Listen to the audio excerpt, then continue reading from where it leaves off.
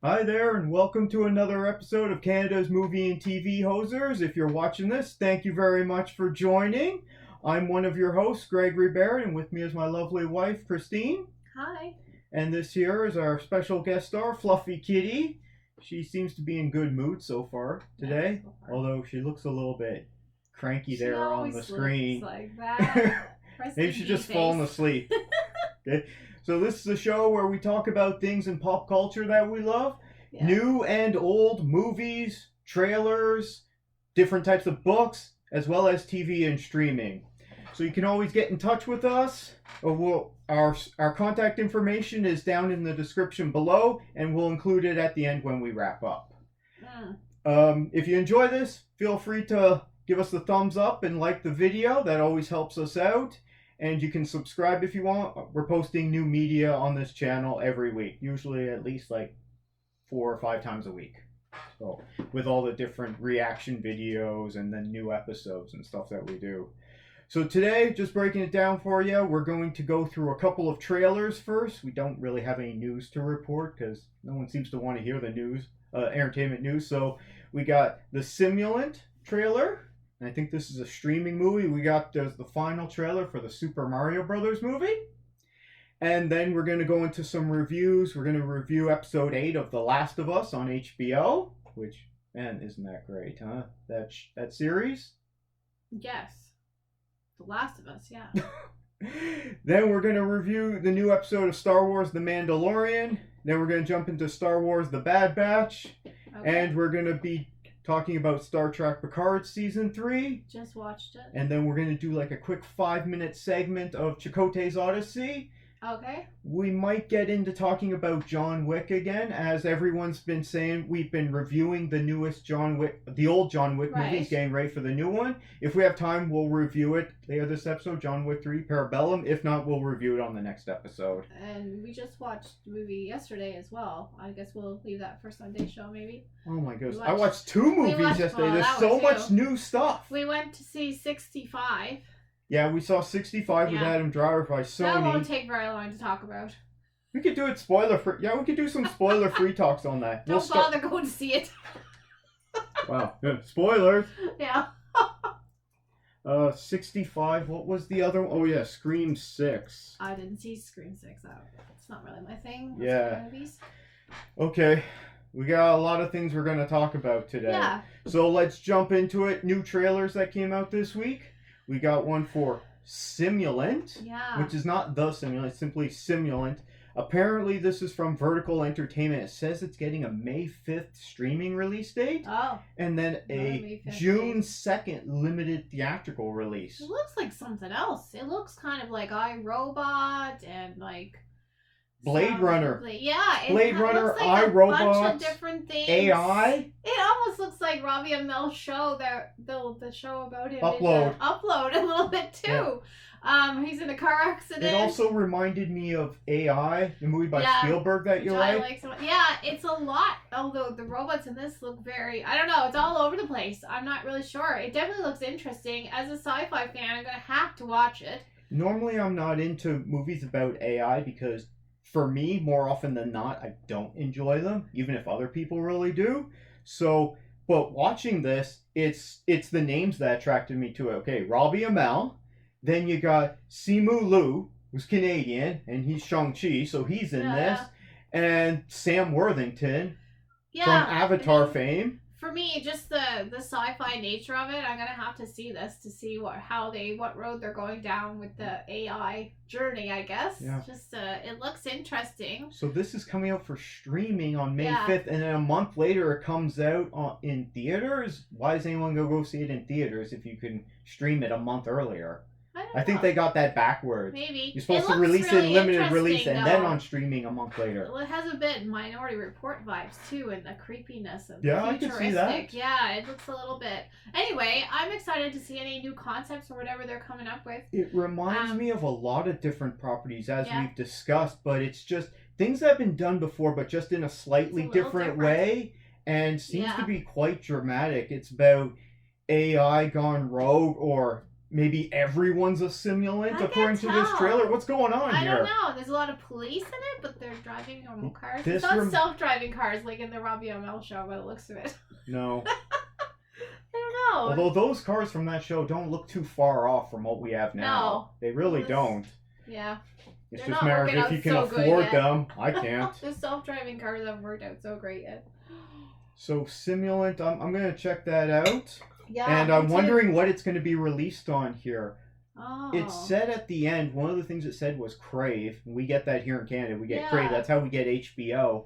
I wonder if it'll be released here on that or on another service. Robbie Amell isn't doing things for Netflix. I don't know. No. Netflix, Well, I don't know. Upload was for Prime. Oh, it was for Prime, was it? Yeah. Oh, I thought it was Netflix. Amazon Okay. show. I Okay. don't know. We'll have to see. So you're excited for this? You're gonna watch it? Yeah, I'm if we excited can? for this. It's looks real sci-fi. I'm definitely gonna check this out. Interesting I'm concepts. hoping that this is good and not just a good trailer to something that ends up being really bad. Because something of this concept could end up being really bad. Yeah, but it's always good. It looks like a new take on it. It's always interesting to see the take on this kind of stuff. That's something. Even if the story isn't very, at least we see some interesting futuristic type stuff by the looks of it. Yeah. Anyway, I'm looking forward to it. Oh, well. She is. You can see her. She's her nose lower. She's a cat. She has to be. Okay, are you guys looking forward to Simulant? To go on YouTube and check out the new trailer just came out and let us know what your thoughts if you're going to check it out. And if you see it later on, come back and let us know what you thought, and we'll read out those comments on a next following episode. Next, we got the final trailer for the Super Mario Brothers movie. Now, this movie, I didn't bring it up in the news last week because it's kind of non-news. They moved the release date for the Super Mario Brothers movie from April 7th to April 5th. So 2 days earlier. Okay. A lot of things are coming out May 5th. I don't know about April 5th. Anyway, that's coming up soon. What'd you think of this new trailer? I don't know. It just made me also think I'm not going to go see it. It doesn't look any better to me. It doesn't look like Really? a heartwarming story or anything like Up or Finding Nemo. I don't know. It's just not my thing.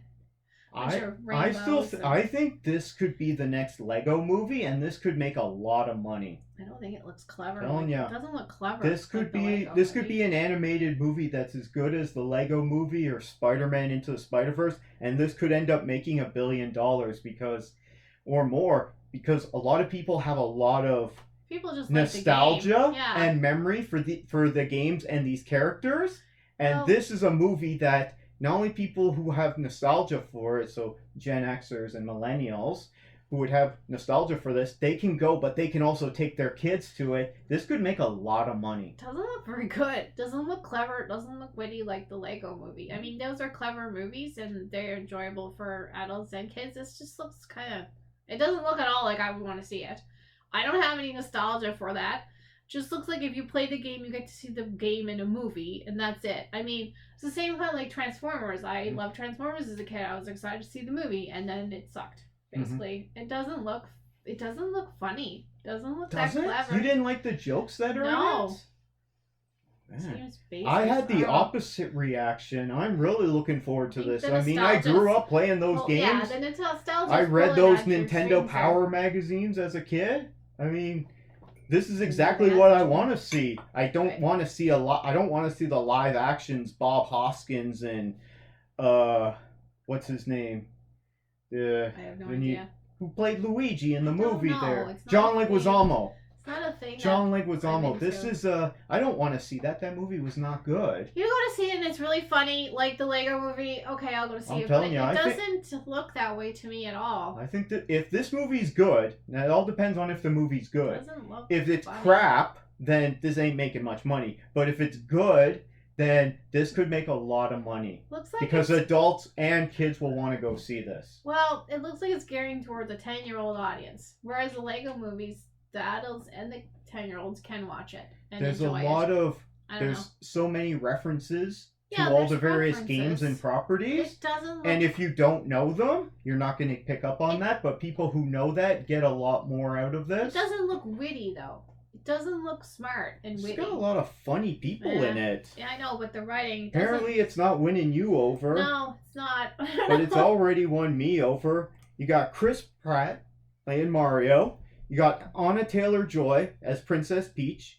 You got Charlie Day as Luigi. What do we know Charlie Day from? I've heard his name before. Okay. You got Jack Black doing Bowser. That's the villain. You got Keegan-Michael Key. He's hilarious. He does the Toad voices. You got Seth Rogen as Donkey Kong. I mean, There's a lot of good actors, but that doesn't mean that the writing is witty and funny for adults to go see this movie. You need a movie that's gonna, like a Finding Nemo or something like that. I don't know who these directors are, but anyway, I don't know. To me, never played the game.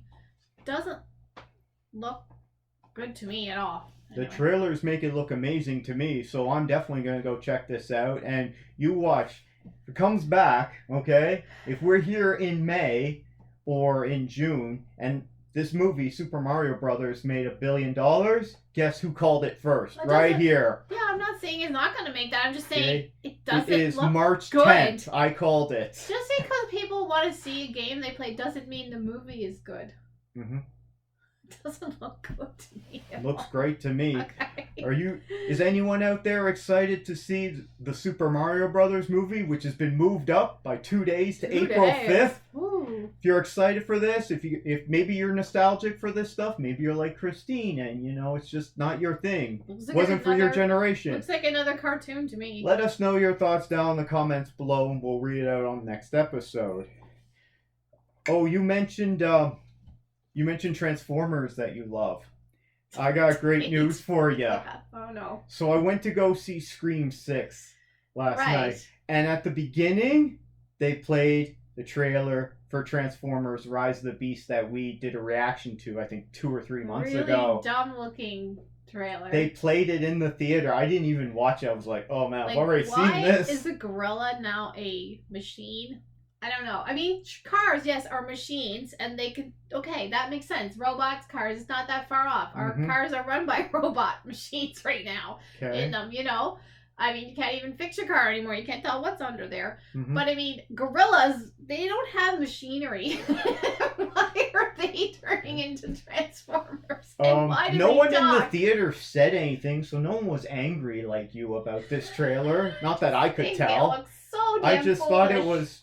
I wasn't paying attention when this trailer came up because But they didn't laugh or anything like they did with Stray. So now they're showing this trailer that we reviewed a while back. They're showing in theaters because they're getting ready because this is coming out in June. So they're starting up marketing. You can Maybe tell. all the gorillas are going to go see it. Does this make you excited to go see it? No. All the monkeys and gorillas at the zoo will get a pre-show. Okay. Theater just for them so they can watch it. Maybe that's who they made the movie for. Okay. I'm not excited to see Transformers Rise of Beast, but I'll probably go see it anyway. Is anyone out there excited to see Transformers Rise of the Beast? If you are, please write in and let us know. We want to hear from you and why you're excited from this. We're not going to make fun of you. We just want to hear from different people because have a pet monkey if this is your thing and you think Christine is dead wrong on this movie, then yeah, let us know, please. Well, if you have a pet monkey, maybe bring so it with you. I guess that can lead into our next review. We're jumping into reviews. So that was when I went to go see Scream 6. What was that like? Actually, maybe we should do 65 first. Well, 65 was a big We both saw disappointment. 65. We'll start with that. You didn't like 65 with Adam Driver. No. Now, John Oliver is probably going to love it because he drools over Adam Driver all the time. But unless you're going to drool over Adam all the time, like, it's just a lame movie. It's not good. I love dinosaurs. Okay. And these don't even look like dinosaurs, half of them. The dinosaurs weren't even, like, right. The visual effects weren't the best on the dinosaurs. I mean if we're seeing Jurassic Park and Jurassic World movies, the visual effects on those movies look way better. But this one, you could tell it's wrong. Some of them almost acted like wolves or dogs or something. There was a lot of quadrupedal, four-legged dinosaurs in this, as opposed to dinosaurs that walk on their hind legs and then just have their front legs for attacking or whatever. Also, there is none of, like, the Dimodrons, or all They the were- like all so the they were dinosaurs like crab we know. dinosaurs on 4 legs. All the dinosaurs that we know, having lived in Alberta, been to the dinosaur museum, and my brother had a lot of dinosaur books when I was a kid, and my daughter. Only the T-Rex or Albertosaurus was really the only one that was recognizable. Well, we're not really spoiling this movie. No. I mean, the trailer gives you pretty much gives you the premise of the story. It's a guy in a spaceship, and he crash lands on Earth 65 million years ago, they say. Okay? Yeah. And there's dinosaurs, and he's out in the wild and he's being attacked by dinosaurs. That's the trailer, right? So, spoiler free, you know, they're out there, and also it was in the trailer that he's with another survivor. Right. Okay? That was in the trailer. So they gotta survive. I'm watching this movie. There's a point that they're going to, but it's way too slow paced along the way. It picks up really fast and then it slows right down. And then it picks up again and slows, and I'm sitting there like, what is this? It had pacing issues. It should just be like non-stop once it starts going. Yeah. It's hard to do with a movie, but you got to keep the pace going, and if it slows down, it has to be for a reason. You have to give it some meaning, and it can't be for very long, and then you got to get right back into the action. Just like we saw in that Puss in Boots movie. Every time it slowed down to explain something, it immediately like went into a joke and then picked right back up. Right, and I think it's just there's a lot wrong with it. There's pterodons in the movie. They look all right, but There's I think they're T-Rex way too... like creature that was in the trailer too. Like the pterodactyls, they don't look big enough. They're not big enough. It's just weird. Like basically, this is taking place in a certain place on Earth at a certain time. We do kind of know basically what the creatures look like at that time, and we're not getting the right creatures. That's all I want to see. At least give me some good dinosaurs, because the story is slow. Mm-hmm. They keep on taking enormous breaks. For like sometimes hours on end by the looks of it. The breaks didn't seem necessary. No, it was really dumb. And it was only an hour and a half, which is good. Oh, thank God. But it was really poor. These guys must be new filmmakers, and I don't know. It said it was from the writers of The Quiet Place. I thought that was from Krasinski. Those are good. Krasinski. They're Quiet Place movies, but this is just like it needed the story needed it currently a lot. has a 29% critic rating on Rotten Tomatoes and a 57% audience score. Yeah. Audiences are usually nicer about these things, but yeah, people are not enjoying this. No, and it's got the dinosaurs wrong. The hour 33 means that they cut it down to make it as short as possible. Right. That's what a studio does. If they have no confidence in this, if they think this is garbage, they'll like cut it down as slow as possible in order to book as many screenings in as possible, so to try and make money before word spreads that it's god awful. Yeah, like I just was. Scott Beck and Brian Woods directed it. Disappointing. And they also wrote it. So and these guys have worked on the Quiet Place movies, but I don't think they were in charge there. The suspense keeps on. Well. Okay, the dinosaurs look weird in a lot of cases. They don't seem right for the time period. We have like raptor type dinosaurs, and as far as my understanding, they were much later in the evolution of the dinosaurs. Yeah, let's not talk about Anyway, I don't like the dinosaur issues. And the dinosaurs also pause at like moments to let them get away. Like the dinosaurs, they might run and attack something really fast, but when it comes to these people that are on this planet, they like pause at certain moments. I suspect they rushed the CGI. Silly. I suspect that they rushed it. So this didn't work for me. Didn't really work for you either. No. Well, good first attempt by these guys. I like that idea. Yeah. I mean, I was expecting to see some really good-looking dinosaurs. Okay, even if it was a guy from the future who ends up traveling back in time, and he's in the Jurassic era or whatever area, even if that had been the premise of the movie, I'm down for that. The plants and stuff. But this was like fern trees. I think there were supposed to be fern trees and stuff like that. I don't know. Just... I don't want to kick these guys, especially if this is their first undertaking. I don't know, as directors and writers. Well, not as writers, but this didn't really work for me, and it doesn't sound like it's working for a lot of other people as well. That's our thoughts on the 65 movie with Adam Driver. Anyone else go see this? It's only an hour and a half, so it's pretty short. Yeah. I can't really recommend it. Hold on. What rating would you give this before we end this? Best movie or worst movie? Oh, well, worst movie. I give it like a 42. Such a waste. It could have been really good. Yeah, I was disappointed by it. I don't think it's as bad as what Christine's saying, but I have to give it a worst movie ever on the internet rating system because it's just...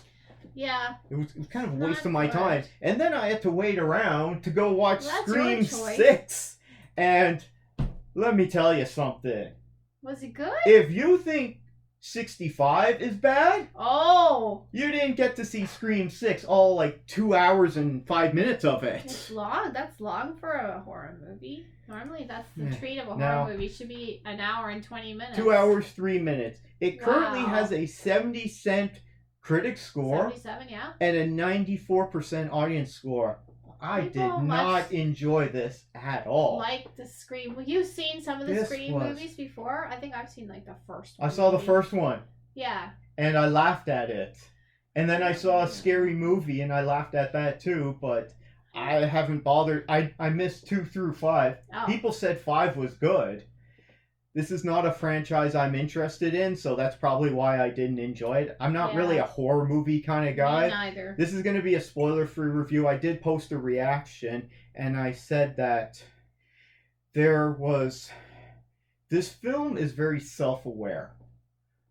Okay? Almost to the point of, well, I don't want to say it because it's spoiler-free, but this film is very self-aware, and I did not enjoy that at all. The ghost face is out in public in this one. He's not hiding places. Yeah, because it's Halloween. Oh, it's Halloween. Okay. It's Halloween. So everyone's in costume in New York City, right? Right. Or not everyone, but a lot of people. So you're on the subway, and there's a lot of people wearing Ghostface because apparently it's a movie franchise within this movie franchise. Oh, so that's how it's self-aware. I don't. No, that's not it. Ghostface? No, apparently that was from a previous one. Oh. It's even more self-aware than that.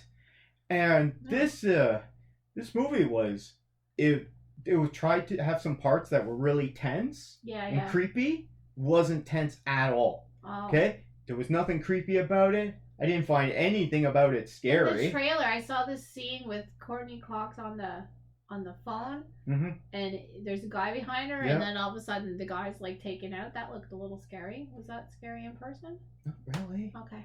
Not really. I'm watching this and we've seen this done. It's a trope now. I know. It's a cliche, this scene, because they've There's done a it bad guy in the house. ever since the first one where Drew Barrymore got attacked by Ghostface. Was it? I don't even remember. And killed right at the beginning of the movie. Spoiler for a movie that's from like 25 years old or something. I saw that movie. I was laughing at it. It was so dumb. Well, it's never good when you kill a good actress right off the bat.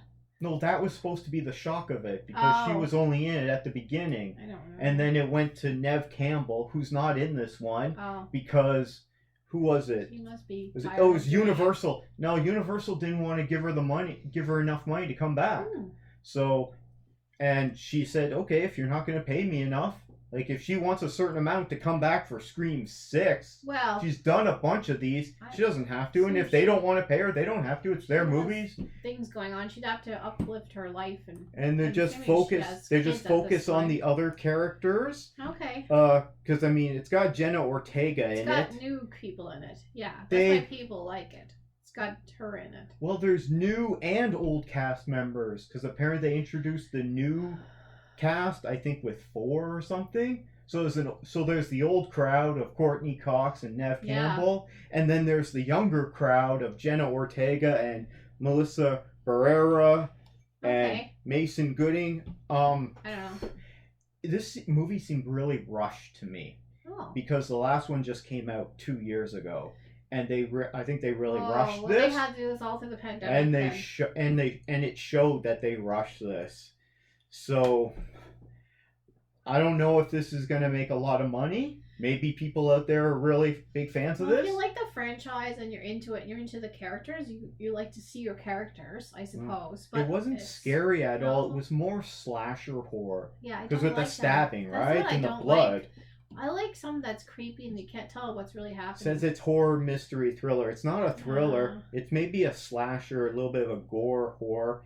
And there's a mystery because, who's Ghostface this time? It's Ghostface. But I don't care. Maybe it's Gregory. Yeah, it's me sitting in the theater watching this movie. It's Fluffy. I mean... we don't know what she gets so up to at night. Anyway. I don't really want to talk about this movie anymore. Let's move on. This is definitely a worst movie ever for me. And if they make 7, I'm probably gonna skip that one. I don't want to see these unless I have to. Well, unless if suddenly I monetize this channel and start making money off this and then I have to go see it. Otherwise, I ain't going to see it. Okay? Any fans of the Scream franchise out there? Or has anyone gone to see Scream 6? Let us know down in the comments below. You've heard my thoughts. Are you going to go see this? No, because we're not the good audience for this kind of movie anyway, because we don't like horror movies. So it's not really... I like good horror, but... I don't. To me, this wasn't good. But if you enjoyed it, I don't want to take that away from you. Let us know what you liked about it. We'll read it out. We want to hear from you and hear your perspective on it. Yeah. But we're moving on from Scream 6. We're going to talk about... What's next? The Last of Us, Episode 8. Yeah. Oh, God.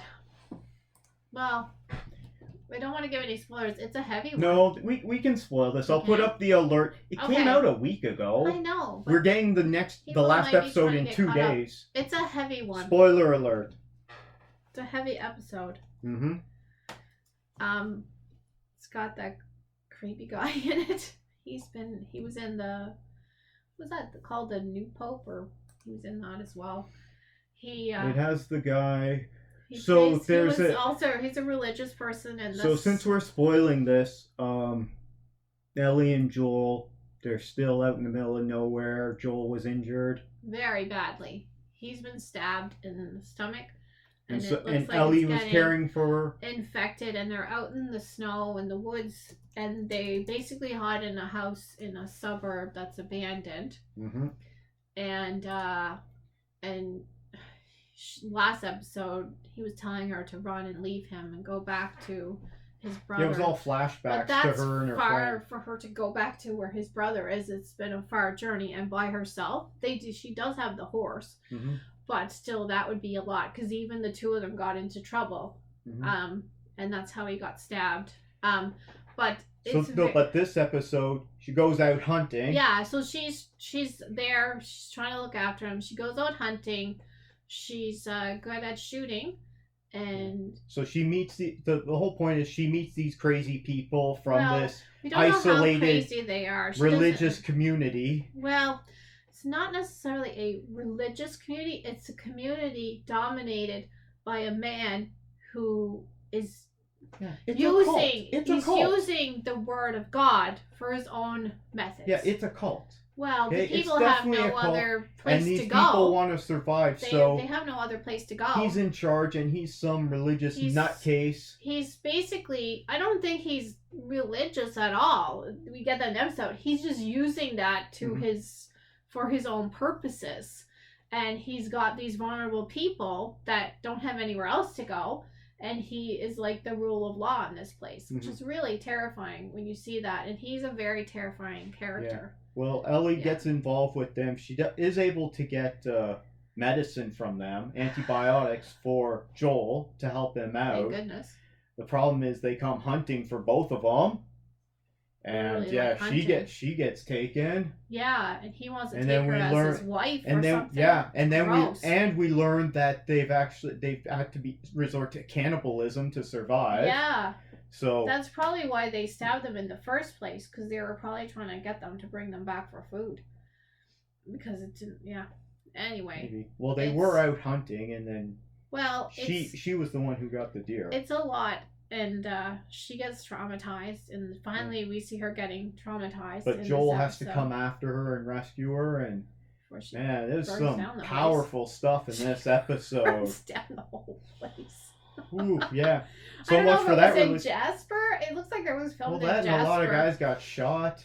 Yeah, she does in the community. Anyway, it's a lot. So that Don't mess episode with was them. called When We Are in Need. Yeah. Episode 8. Which was really bad because it does show like how people can use something like religion for their own ends. Basically, they're showing us in the different episodes how bad people can be. Essentially, in a lot of these things, we're seeing. Yep. We've seen that a few times now. Which ways, when there's no rule of law or even rule of the church, how people can take things in their own hands and the ways that they can manipulate it. This show seems to be all about the different ways that people are surviving. Some people are in the quarantine zones. Yeah. Okay, and then you had... Which seems bad, but not now that we've seen these other places. They're not that bad at all compared to these other places that we've seen people trying to live in. It's, we've seen a person who lives in underground and shuns society, how he's living. Yeah, we saw Bill and Frank. Well, how they survived. He's like a conspiracy theorist. We've seen what he had done. We've seen people who are trying to rebel against the military. We've seen the military in action. And there's these freedom fighters, the Fireflies. Well, they think that they can put a better system in place, but I think the problem is it's too soon. There's too many variables, and this disease, there's no cure for it, and we've seen, as they say like that when this QZ fell, we see the history. A lot of these QZs, quarantine zones, have fell just because of the same reason. These people rebelling against the military rule or Fedra, and the whole place goes to heck, and it's gone. So I don't know why these Fireflies aren't getting it in their head that they need a different plan of approach, because many of the QZs have fell at this point. I think that's social commentary really on world today, but they keep rebelling against the martial law, right? Yeah. And because they don't want to do that, they just want freedom, and they end up just getting everyone killed. Yeah, because it's too soon. You kind of do need that law at this time, as we've seen, because without it, you get things like we've seen in this past episode, which is horrendous. The show is called The Last of Us, meaning the last of the human race. I know. Okay, so if everything falls and then everyone's killed, even if they did have a cure for this, right?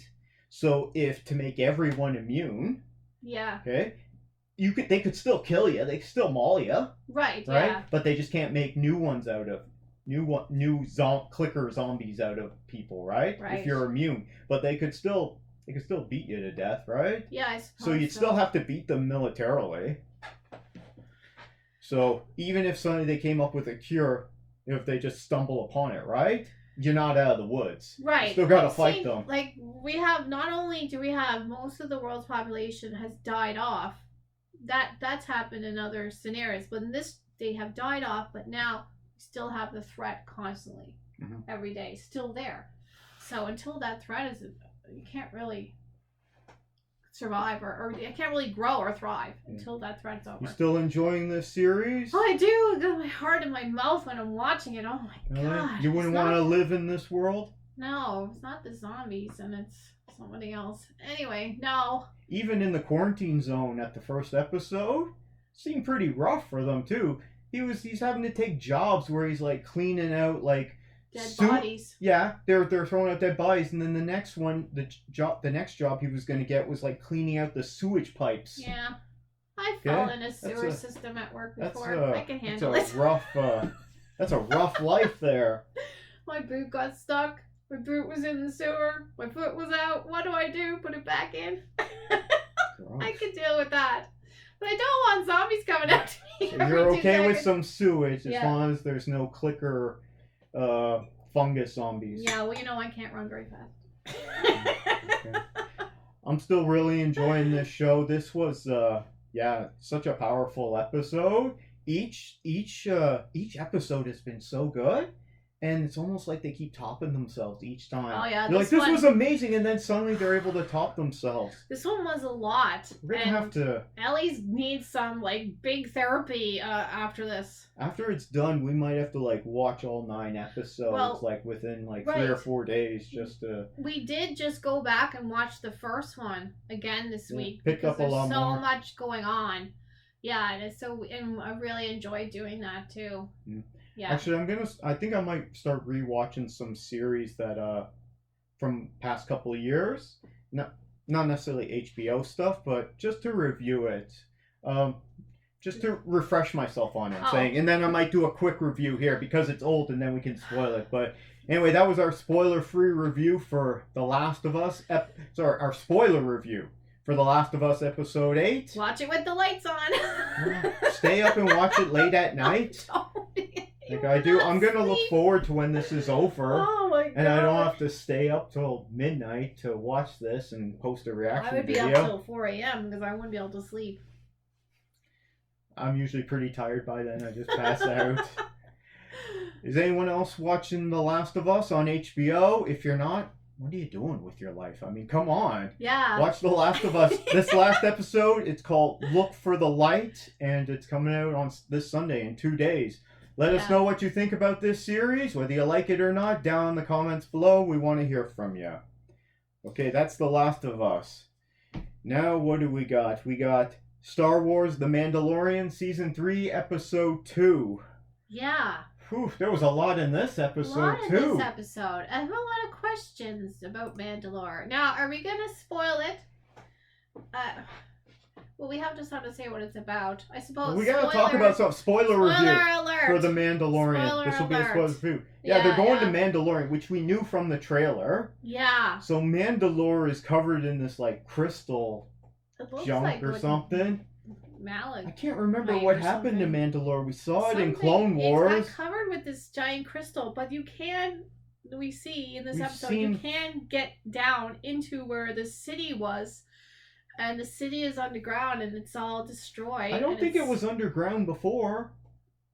I don't know. Or maybe it's underground now that the crystals have overgrown it. I don't know. Anyway, it's a mess. I can't remember what happened to Mandalore. I just know that Mandalore fell and... There's creatures that used to live on the same planet but were far away, and now they're big. They're trolls. Oh, the space ogres. Yeah. Yeah, and they're now rampant. They weren't that bad. They were just... they fought them in the caves. They're not bad for a couple of tough Mandalorians. However, I don't think you or me can handle them. But apparently the air is breathable there on there's Mandalore. They found out living there. There's lots of animal life, threatening looking. Yeah, but he goes there to take a bath in the cavern, in the caves. This is the way. In the it was called the Mines of Mandalore. But he would never find them. So in the end, Katie Sackhoff ends up coming and helping him.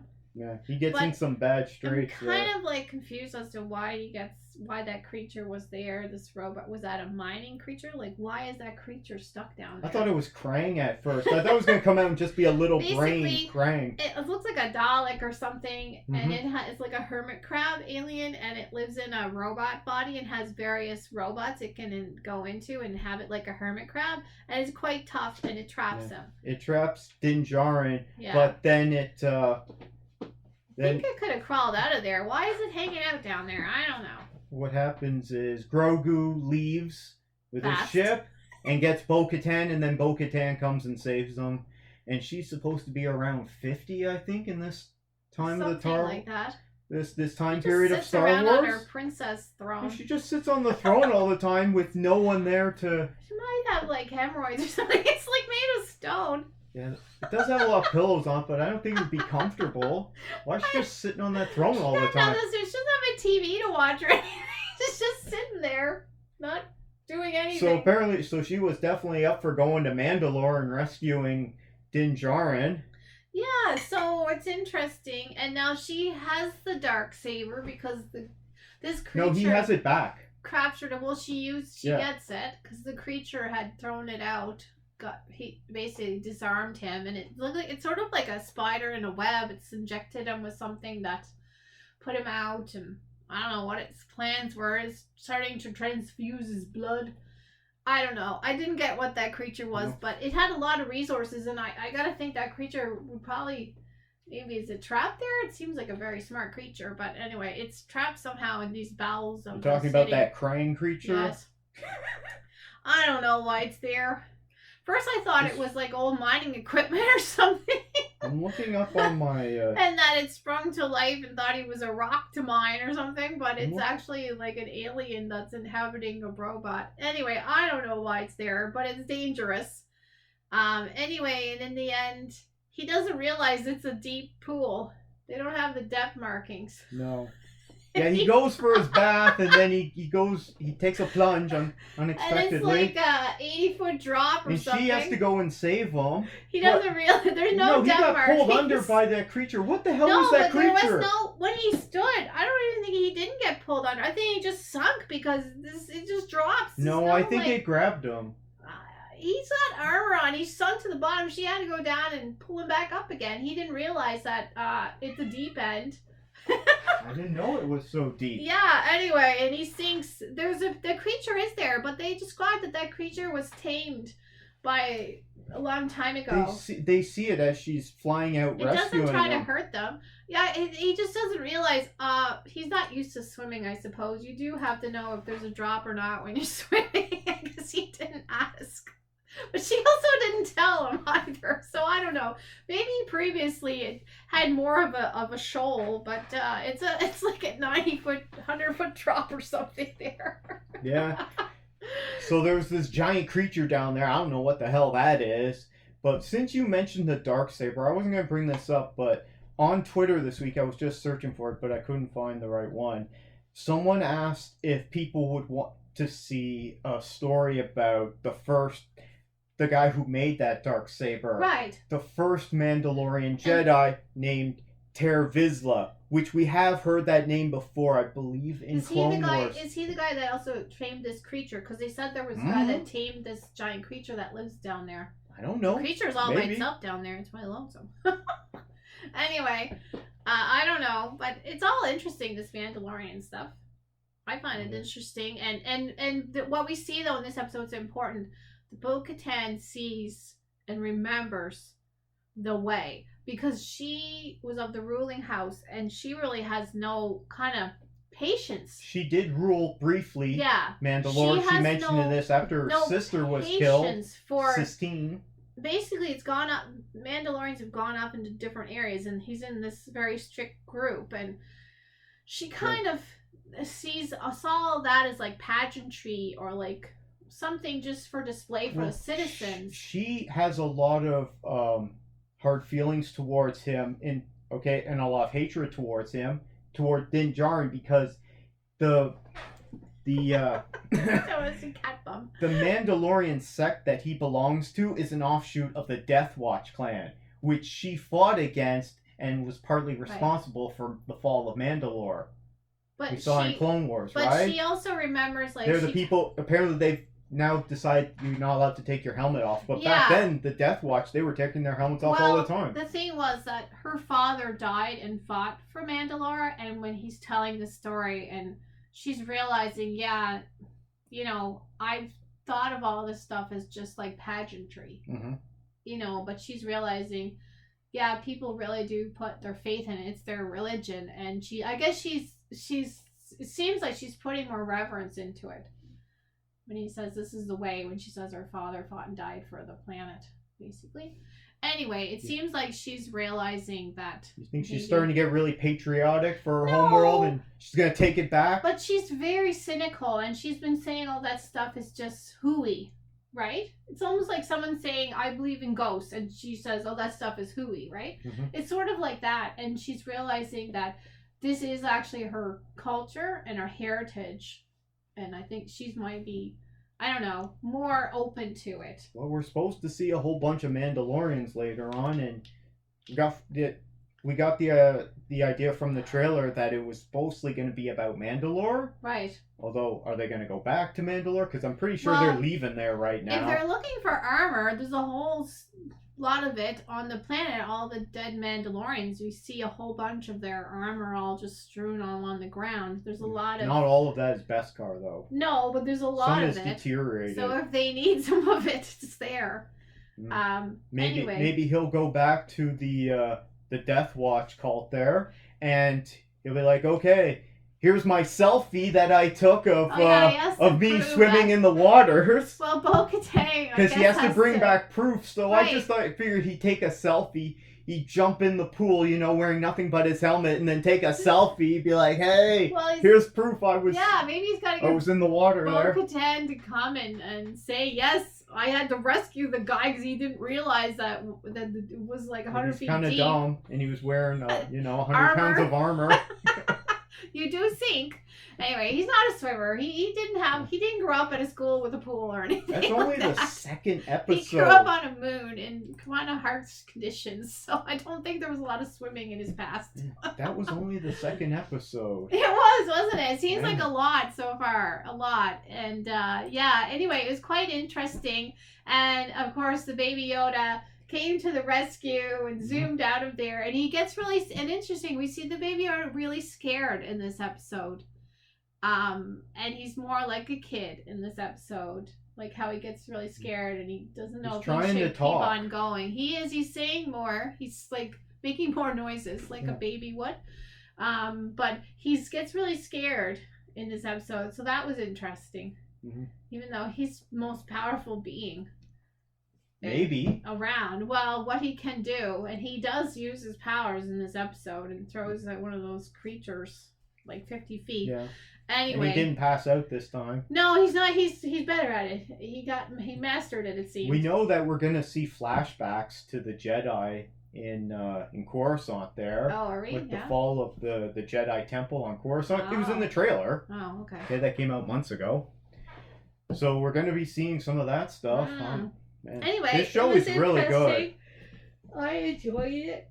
I mean, yeah, they didn't go all out of places. They just went one place mainly for the episode, but it was really interesting. The stuff about Mandalore is really interesting, and I like how they're expanding more of. They're actually expanding the Star Wars universe, right? Because we're getting to see this time period after Return of the Jedi, where the Empire has fallen. Right. And he's kind of going around. The Republic is there, but they're not fully established yet. It also showed that you really need a droid in this universe. Well, you always need a droid. That's how they're able to. He hasn't been using a droid though. The hyperdrive coordinates. He hasn't been using a droid, and he gets is it D4 or D5? And he gets them. D5, D4, I think it was. And it's a good thing. Anyway, it's a great episode. I really enjoyed it. It was definitely better than the first one for me. Yeah. You're really enjoying this as well? You're still on board for this show? Yeah, I'm enjoying it. Fluffy's chasing her own tail. Fluffy's chasing her tail here. Which she doesn't really do. Is anyone out there enjoying Star Wars The Mandalorian Season 3 so far? What are your thoughts on it? Good or bad? If there's something you didn't like in it, go ahead and let us know down in the comments below. So that's Star Wars Mandalorian. Okay, now let's jump into Star Trek. Okay? Oh, Star Trek. Because we got the Enterprises out the view screen here behind us. Oh, okay. So Star Trek Picard. Yeah. Season 3, Episode 4. What's it called? Something about hope or something. I'll look it up. I don't know. Something about hope. We don't really care. Something about like there's light at the end of the tunnel, something like that. Well, I just watched this episode just before the show here. There was a couple parts in it that I did like, and were a little bit akin to no-win scenario. Discovery. Yeah. That's what it's called. No-win scenario. Yeah. It's directed by Jonathan Frakes. It's not really a spoiler, but it's a little spoiler. You want to spoil this or not? Picard swears in it. That's not a spoiler. I didn't like it. It seemed unnecessary. He was uncomfortable doing it. Modern Star Trek is all about swearing for some reason. Do you want to do this as spoiler-free or spoiler review? Well, there's a spoiler, so just be careful. Okay, spoilers. I didn't like it as much. Last episode, they got themselves into big trouble. Mm-hmm. And they were... Basically, Riker got mad at Picard and told him, "You killed us all." he gets really upset and he tells Picard to take off. And basically they're floating or being sucked into a big blob black hole thing. And the other ship that was chasing them leaves because it doesn't want to get sucked into this thing. Anyway, it's like a nebula that's sucking them in. And okay, that's good. So now they have to find their way out, but they're giving up almost. They're just trying to expand life support as far as they can. Are they dead out there in space? Yeah, well, this is the thing. Okay, maybe there is a point that might come to that, but they're always so geeky and coming up with solutions. They don't do that for the longest time on this episode. There's a real lull. And we find out why this new captain of the ship, the Titan, doesn't like them. We find out it's because he was at Wolf 453 or whatever. He was at the battle where Picard was Luke Curtis of Borg. Okay. And his ship was destroyed, and there was basically a escape pod for only 10 people, and he was picked. I forgot about that big battle. As one of the people to escape, and everyone else had to stay behind. And so he hates Picard. So we find out that's why he really doesn't like him at all, because he's definitely he's a really kind of nasty kind of fella anyway. He's very serious and very strict. He's the kind of teacher you don't want to have. But we find out that he doesn't like him. Anyway, and there's a changeling. So that's the interesting part. We saw that last Is it Odo? episode. No, it's not Odo. He's still alive, by the way. There's a changeling on the ship, and it sabotaged the ship, and that's why it's being sucked in there. But okay, that's alright. But the fact that they kind of give up, and it's just weird, and I didn't really like that part because they normally would be working harder to find a solution to it. And this is the stupid part, and it reminded me of Discovery. Stupid stuff. Beverly Crusher thinks that the nebula is in labor and that it's having contractions because it keeps on sending out these energy pulses. Now, why is the nebula pregnant? Yeah, exactly. Anyway. And who impregnated the nebula? They don't ask that. That's the whole mystery of this whole thing anyway. Like, Picard is now the father of her son. This is the whole thing, too, in this episode. So he tries to get to know the son. Anyway, but the son seems kind of old. She didn't tell him. The guy seems kind of old. That's why he's supposed to be 23, but he looks a lot older than that. Anyway, but we don't know why they're after her son. This is why they're in trouble. These people, these really nasty people, are after her son. And we see something really different in this episode where this person that's after them cuts her hand, and the changeling is like living in her blood or something. Now, we never saw that on Deep Space Nine or anything. The changeling is like living in her, and she cuts herself, and the changeling appears and bosses her around. And the changeling, it's not that liquidy gold stuff that the changeling, it's sort of like fleshy and bloody looking. Yeah, if it was living in her blood. Well, that's what I thought. Then later, the changeling on the ship also runs away, and instead of being that gold-looking, silver, goldy, shiny thing, he's also kind of like tissue-like and blood-like. Well, it's better visual effects now compared to when Deep Space Nine was done. I don't know. They could have made it shimmery and gold. But if it was nicer. This changeling, is it male or female?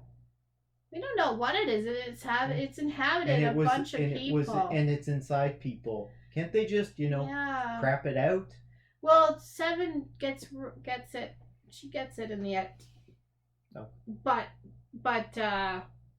anyway, it's too late. You screw the ship. Anyway, so yeah, Beverly finds out that the nebula is pregnant or something, and they gather. Of course, it's been spitting out energy this whole time, and they would have, of course, in the normal Star Trek, already devised a plan to trap said energy, but it takes them like a half an hour of doing nothing and dying out in space to realize, oh, maybe we could catch this energy.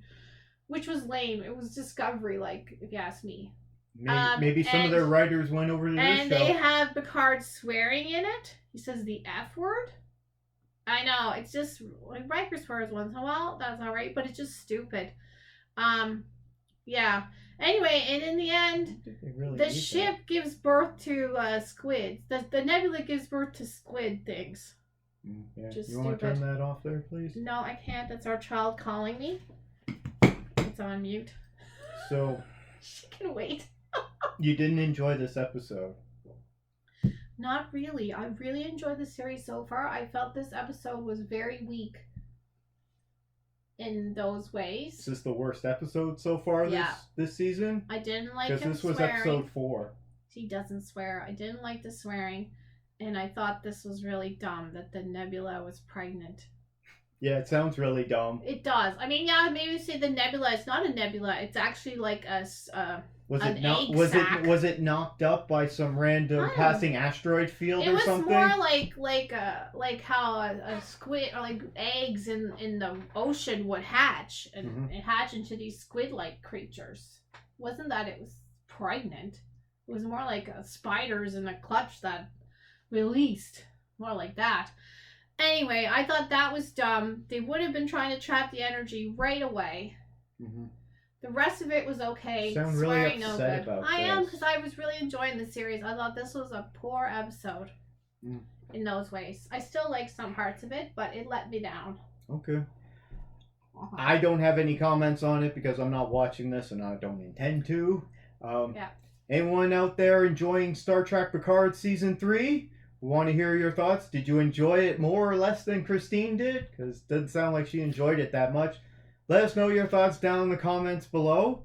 Now we're going to do a very quick segment of our favorite segment, Chakotay's Odyssey, featuring the adventures of Janeway. So, this is only going to take a couple minutes. I watched the 4th episode called Time and Again. And you watched it too, didn't you? I don't. I told you not to. I don't like it. So here's a quick update on Chakotay's Odyssey. They're flying along. They're heading for the Alpha Quadrant because that's what they have to do before they run out of gas. And they decide to go check out this planet. Why? I don't know. Because reasons. It's been blown up. Well, they don't discover that till they get there. So before they get there, we've learned that useless lady Cass is having these force visions, and it makes her all sweaty and her hair not look so good. It's not a very good look. But she's getting these force visions all along. They've been trying to put her in the show a lot. Okay, it's lame. Okay, so she's having these weird visions. They go check out this planet. Once they get there, they find out that within the last 24 hours, it's been destroyed. Why? Science energy. So they have some weird energy they have on this planet. So what do? There's been a big apocalyptic event. Let's beam down to the surface. Yeah. No spacesuits or PPE. We're cool, right? So they go down there and they accidentally discover that there's these floating invisible science bubbles. And what happens is what's his name? Paris. Yeah, Mr. Pretty Boy Tom Paris. He's that pretty. And Captain Big Hair Janeway, because she's got tons of hair. They hit one of these invisible bubbles, which sends them 24 hours back in time on this planet. And they know this catastrophic event is going to occur because of science energy. Yeah. And so, while this happens, they get sent to the past. Main man, Commander Jake Chisel, Chakotay, he's in charge. So Cass convinces them to take her down to the planet for an away team because they got to rescue them. Why? I don't know. She's having these weird force visions. So he's like, okay. He's just cool the whole time. I don't know. He never has any emotion, really. It's really dumb. And yeah, so then they're Janeway and Paris are dealing with these alien people. Who are really frustrating, kind of stupid. And everyone in this society wears like a multicolored dress with tights on, and they all have corsets on. Yeah. It's not a good look. Even the guys, everyone's wearing corsets except for the kid. Except for the kid. Anyway, so it's dumb. It's a really dumb episode, and then it resets at the end. The part that it resets is the really dumb part. So they start shooting beams. And that was this week on Chakotay's Odyssey, featuring the adventures of Janeway. Are you a fan of this show? Let us know down in the comments below if you're a big fan of Star Trek Voyager. Yeah. Should we wrap it up now? Yeah, let's wrap it up. Okay. How can people get in touch with us there, Okay. Christine? Well, they can email us at CanadaMovieTVHosers@gmail.com, and you can submit anything you might like us to talk about. anything you saw on the show you're interested in. Yeah, You topic can suggestions. Also, follow us on Twitter at Canada Hosers, or find Gregory at St. John's Critic. And if you're on Twitter and you want to get our attention, use the hashtag Canada Hosers, and Gregory will see that. And I guess that's everything. Clara was a good kitty. Yeah, we didn't have any comments, so if people got any comments, let us know. We'll read them out on a future episode. And from all of us, take care, everyone. Bye. Bye. Hi there. Welcome to part 2 of our episode 41 for Canada's Movie and TV Hosers. I'm one of your hosts, Gregory Barrett, and this is my lovely wife, Christine. Hi. And this is our special guest star, Fluffy Kitty. She's behaving herself. So yes, she is. She's looking very good today. And thank you for joining us. This is a show where we talk about all things in pop culture that we love, new and old movies, trailers, different types of books, TV and streaming, of course. If you like this video, you can always give us the thumbs up, please. And we post new content here every week, so you can subscribe if you're interested in more content.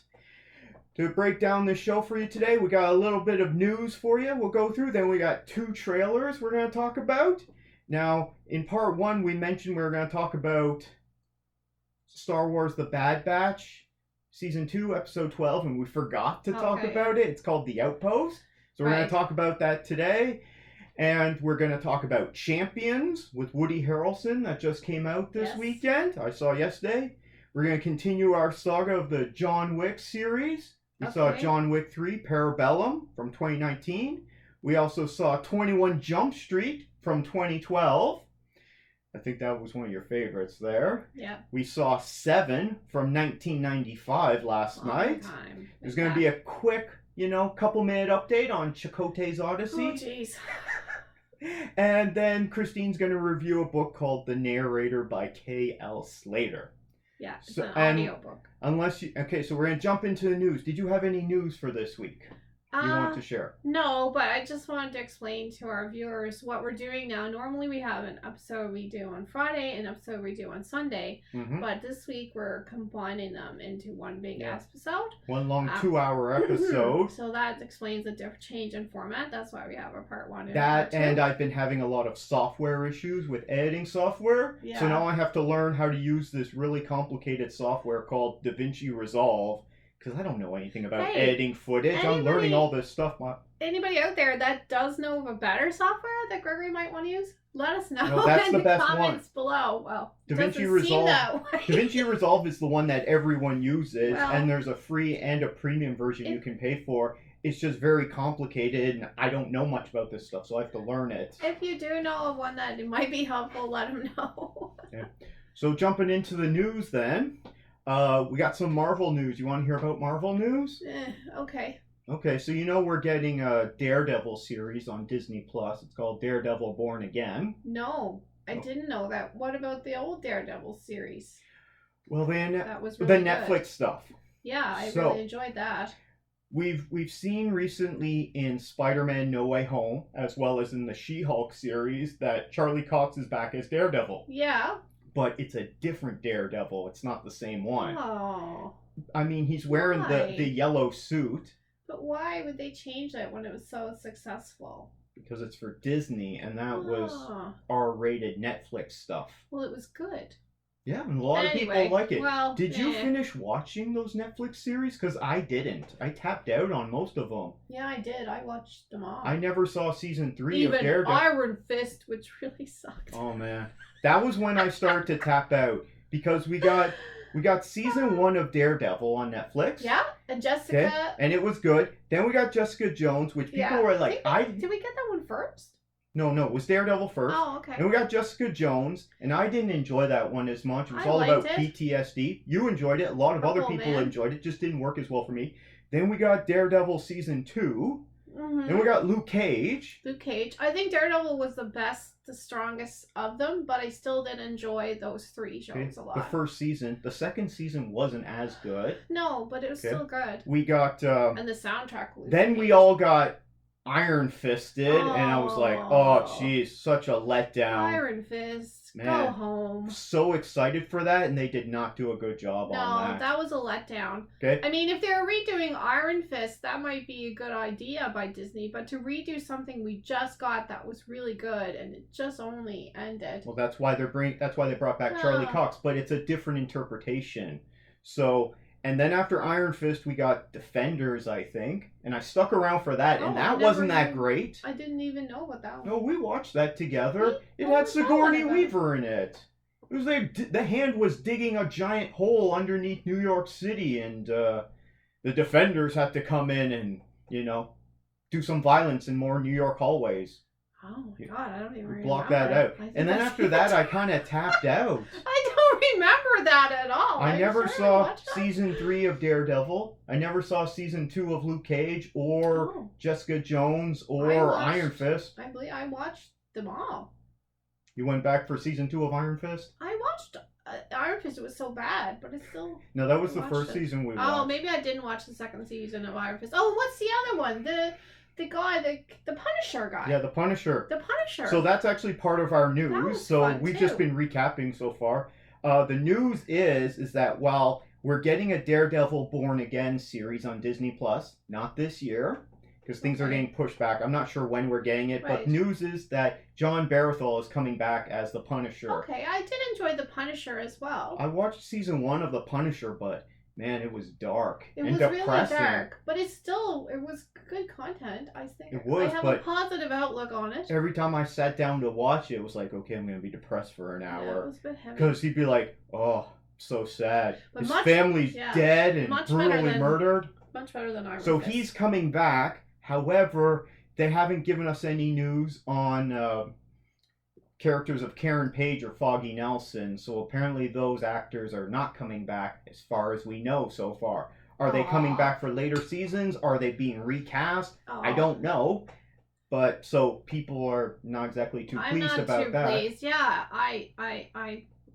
I don't know. The show was really charming, and they were part of the charm of it. What's her name? Deborah Ann Wall. She was great. Yeah. As Karen Page. Foggy, the two of those are great characters. Anyway, well, we'll see. I hope they haven't wrecked it. Sounds like they have already. No, I mean, I enjoyed seeing Charlie Cox as Daredevil in both Spider-Man and in he was hilarious in She-Hulk. Remember he was doing the Walk of Shame? Yeah. That was funny. I wasn't as much on She-Hulk as you were. I thought it was really funny, but a lot of people didn't enjoy it. Oh well. I think it was a lost opportunity. Yeah, some people really liked it, but some people didn't. And it's just kind of more of the middling stuff we've been getting from the MCU lately. Which is why we talked about how they're scaling back on production so that they can focus more on putting out good content instead of just quantity of content. Yeah, they're focusing more on quality over quantity. Such a lost opportunity with good actors, good characters, and then it was like there was a lot of filler, a lot of episodes going nowhere. If you ask me. Anyway, okay, well that's interesting. We'll see. I will watch it and we'll see if we like it or not, but I hope it's not lame. So we're not getting it until at least earliest next year, if not the year afterwards. We got time. Because the only Disney Plus series for the MCU we're getting this year are Secret Invasion with Nick Fury and Loki Season 2. Okay, I did enjoy Loki. I believe they've already been filming, and we saw... Well, not going to get into that because that's a spoiler. I might go back and watch those shows again. Should we go back and watch Daredevil? Yeah, Daredevil and Jessica Jones, right? That's right. I don't want to watch Jessica Jones, but I might watch Daredevil and Punisher. Yeah. I believe they're on Disney Plus now. Luke Cage. I enjoyed those. I don't want to watch Luke. I got the soundtrack of Luke Cage. It was awesome. I like Mike Coulter as Luke Cage, but we had Mahershala Ali as Cottonmouth, and then he was only in it for half the season. He was awesome. And then they had a not so good villain for the end of season 1. He was an awesome villain. Yeah. Anyway. Yeah, I think we should probably. Okay. It's been a while. You guys does anyone out there have any thoughts on Daredevil coming back and this news that John Barathol is coming back as the Punisher? It's going to be difficult for them to do the Punisher in current climate with gun violence and everything. Although they might just make him more about knives and stabbing. I think they did that in the comics. He could be... You know, just have them stab everyone and Well, I beat the don't crap out of everyone. I'm cool with that. Americans like. What do you guns in think general. about John Barathol and Charlie Cox coming back to return to be in the MCU proper now? Are you excited for that? What do you think about the other actors who are not coming back at this time? Let us know down in the comments below. Our next piece of news is Star Wars news. You want Star Wars news? Yeah, I like Star Wars news normally. Okay, well, this is not good. So, Oh, no. we know that Kathleen Kennedy, Yes. who's the head of Lucasfilm, is on her way out. She's retiring. Yes. She's one of the most successful producers in Hollywood. Okay. Has a very She's prestigious allowed career. to retire. She hasn't been doing so great running Lucasfilm the past few years. Well, I think she's had some overseers. True. However, also we've been getting not the greatest content. Andor was awesome. Andor was awesome, but people were let down by Obi-Wan. I think. Book of Boba Fett. Well, Book of Boba. Okay, let's The not get into Mandalorian that. has The been good. news is they have confirmed that we're supposed to be getting a Kevin Feige Star Wars movie, Okay. and there was also a Patty Jenkins Rogue Squadron movie that they announced. I'm not on to Patty Jenkins after her Wonder Woman debacle. Okay, both of those movies have been canceled. Oh. And the next movie anyway was Taika Waititi's movie. So this is from a report that I got from Variety that came out on March 7th there. So those movies have been canceled. Oh. And because we haven't had a Star Wars movie since 2019 with Rise of Skywalker. It's been a while. People didn't like that one. Pandemic. It seems like 10 years ago. So the next movie is supposed to be Taika Waititi's movie, and apparently he wants to feature in it as one of the main stars, I guess. What does it say here? I enjoyed Our Flag Means Death. So according to this article from Variety, so what Star Wars movie could slot into the open December 2025 release date? Sources say Thor: Love and Thunder filmmaker Taika Waititi continues to work on his possible Star Wars feature, and he would most likely have a part in it as well, similar in prominence to his standout role as an imaginary Adolf Hitler in the Oscar award-winning 2019 feature Jojo Rabbit, where he was. I didn't see that. That was a fun movie. I love to show Our Flag Means Death. I'd like you to watch that. That's hilarious. Maybe I'd like him to make a season 2, but I don't know. What does that do with Star Wars? It's Taika Waititi. He Okay. makes it, and he's in it, and they're all pirates, and some of them are kind of lame. So, what do you think of this Star Wars news? I don't know. I'm open for anything, but after having some disappointments, especially the Book of Boba Fett really brought down all the content, if you ask me, because it was so really not well done. Yes, definitely. And also, we just haven't had any Star Wars movies in the theater, and people are missing having that experience, because Disney Plus series are not the same as a big thing. Like 20 years of not having a Star Wars movie, and then we got the prequels. See, we were spoiled because we got 2015 Force Awakens, then we got Rogue One, then we got The Last Jedi, then we got Solo, then we got Rise of Skywalker, unfortunately. If you're a fan of that movie, I don't want to take that away from you. It just didn't work for me. So, it's been a while, and the earliest we're going to get a Star Wars film is 2025. Okay, that's all right. Listen, That's we 6 want it years. to be good. We don't, even though we did wait like 20 Good years kitty. for the prequels, but Good kitty. we want it to be good. I still do enjoy them, but I wish they were better. But I mean, we don't want content that's bad.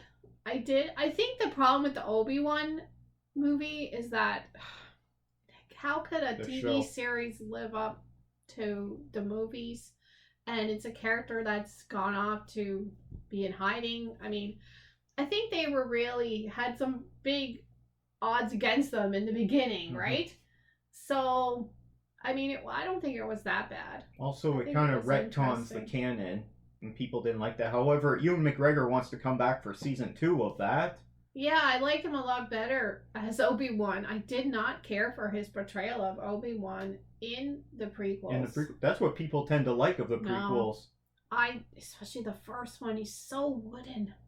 He's so wooden. As a Padawan? Oh, I just can't stand it. Well, Natalie Portman is the worst. And then him. I mean, the kid acts better, it seems. Jake Lloyd? Yes, he's I mean, Obi-Wan is so, like, stiff. Yes, master. It's just lame. That's the... Anyway. I think I've seen him in great things. I've seen him do great work, but I don't think that's some of his great work. So he's a lot more relaxed now and does a better job at it. In fandom, he's beloved for portraying Obi-Wan. Not for this fan. I mean, he tends to like Star Wars a lot more than Sir Alec Guinness did, because he did nothing but talk trash about Star Wars back in the day. Well, he did a great job. I just, those two things, and then throw in Okay. Binks and So, would you be excited for another Star Wars movie? Yeah, as long as it's good. I just don't. After I just worry. After Rise of Skywalker? No, after the Boba Fett. Book of Boba Fett. I just worry it could tank it. And we don't need Star Wars movies that are bad. We only need Star Wars movies that are good. Well, I think they should just keep making them. It's been too long of a pause. They don't need to do the saga Skywalker ones, you know? They don't need to be doing episode 10, 11, 12. They can wait, 10 or 15 years, whatever they want to do on that, and just make spin-off movies. What do they call them? The saga. It's not the saga movies. And Han Solo wasn't very good. People are warming up to that. They might bring him back, but not in another Solo movie. I don't think there's anything wrong with him. It's just the story was... bleh. Yeah. People say it should have been a Lando movie. That would have been better. Yeah. But we're off on a tangent. I just want to see more Star Wars movies having a 6-year or more break from Star Wars movies. Come on. As a kid, we Bob got Iger. them when I was young, and then we had nothing, right? And not until I was older. As you know, older. Bob Iger recently came back as CEO for Disney. Yes, you told me and this is one of the things. He purchased Lucasfilm from George Lucas. Okay. He didn't purchase it for $4 billion to not make Star Wars movies. No. Okay? He wants more movies, not just Disney Plus stuff that his predecessor wanted. Good. I'm there. Okay. But I still will watch it. What does everyone else think? Are you excited for a Taika Waititi Star Wars movie? Do you want other Star Wars movies? What do you think they should make, or should they focus on Disney Plus? What of the Disney Plus Star Wars stuff in the last 4 years have you enjoyed? Let us know down in the comments below. We'll read it out on next episode. Now we're going to go into trailers. We just saw a trailer for To Catch a Killer. Yes. Which stars Shailene Woodley and Ben Mendelsohn, my favorite guy. This comes out April 21st of this year. Yeah. What did you think of this trailer? I liked it. I like that it's a young girl who's the center of this story. Yeah. As a cop. She's the main character. I'm so glad that they finally have done this, because most of our cop stuff is, except for in Canada, we have a lot of female cops in our Canadian content, but not in the American content. Always men cops. Well, they do have a lot of female officers, but more in supporting roles, not as the main character. No, I think that's great. This one, according to this trailer, it looks so she's a cop, appears to be in New York City, probably downtown Manhattan. Yeah. Or somewhere in New York City. She's got some personality problems. And there's a shooting, and then she gets recruited by Mendelsohn, who's with the FBI, and they got to solve this case. Maybe, yeah, something like that. Yeah. Trailer makes it look exciting. It does. Now, we just saw 7 last night. It's sort of parallel to that. It's a really weird type of killer that they're hunting by the looks of it, and it's a weird profile. Oh, so some kind of a sharpshooter. Well, he's more than that from the trailer. Maybe. Yeah, he blows up the crime scene in the trailer, so that's a lot. Well, something blows up. We don't know who does it. No, but the crime scene blows up right as soon as they find it, but it looks good. Anyway, it looks sort of like that. I'm glad that it looks good. It looks interesting. I hope that it's good. Yeah, we'll have to see. Mm-hmm. It's coming out next month from Vertical Entertainment. If it comes out here, I'm gonna check it out. Are you gonna check it out if it comes out? If I can, I'll try. It does look good. It has intrigued me. You say that a lot and then you don't get to I can't go to movies. I have too much things to do. I'm a mother. Like most people, you got too many things to do. And I have a full-time job. And I have to look after you. Don't look after me. I look after myself, and I have a full-time job. And I spend most of my time looking after the kiddies. Anyone out there seen the new trailer for To Catch a Killer with Shailene Woodley and Ben Mendelsohn. Check it out on YouTube. Let us know your thoughts down below. I think it looks pretty good. Hopefully it's actually a good movie and not just a good trailer to a bad movie. The trailer looks good. We've been getting bad movies lately, as we talked about a couple of days ago with they've been all kind of 65 and Scream 6. I didn't particularly enjoy it. Quantumania wasn't that great. And no. We're getting let down a lot. I liked Women Talking. That was my best one so far this year, but I haven't seen that many. Let's move on. That was from last year. It was for awards movies. It didn't come out till now. Moving on to our next trailer, we got No Hard Feelings coming out June 23rd, starring Jennifer Lawrence. Oh, what did you think of this trailer?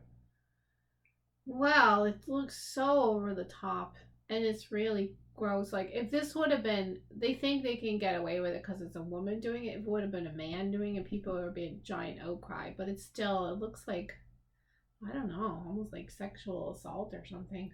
It's not at all. I don't like it. The premise of this comedy, because this is a romantic comedy, supposed to be, it doesn't look funny to me, is that there's this guy who's 19, he's an adult, he's a loser, he's got helicopter parents. According to his parents, and he's a loser. He's a complete loser who doesn't have a girlfriend, never has a girlfriend, probably a virgin. And so what do these helicopter parents do? They go out and hire a woman to date their son. Essentially, it's prostitution, right? Yeah. I thought that was kind of weird. Really However, gross. this wouldn't surprise me with the way helicopter parents are. And I saw this trailer and I thought, not only was this inappropriate, this is like, you know the incel movement and all this weird crap going on in the news. Yeah. This is like every, loser kid's dream is to have their parents set them up with a beautiful woman who's going to date them and have sex with them. I mean, it's inappropriate. Supporting bad and this is going to be funny. And saying this guy's a loser just because he's doesn't have a girlfriend. I mean, that's not a thing. Anyway, I think it's maybe he wants to have a boyfriend. I don't know. Maybe. I mean, it just seems really... Or maybe he's a late bloomer when it comes to puberty, it so looks like each their own. They would have made in 1982. Yeah, this does seem like an 80s movie. There was an 80s movie, remember Can't Buy Me Love with the Beatles song? It was that guy who he pays the girl to date him for the school year. No. I don't think I saw that one, but still. No, this is a movie from the 80s. I'm not making this up. No, Pays her like $1,000. I didn't see it.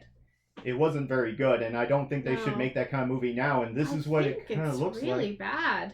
It just looks terrible. I mean, even the jokes in it where they're like, the parents are like, yeah, date them hard. Like, really? Bad. Really bad. Anyway, I totally...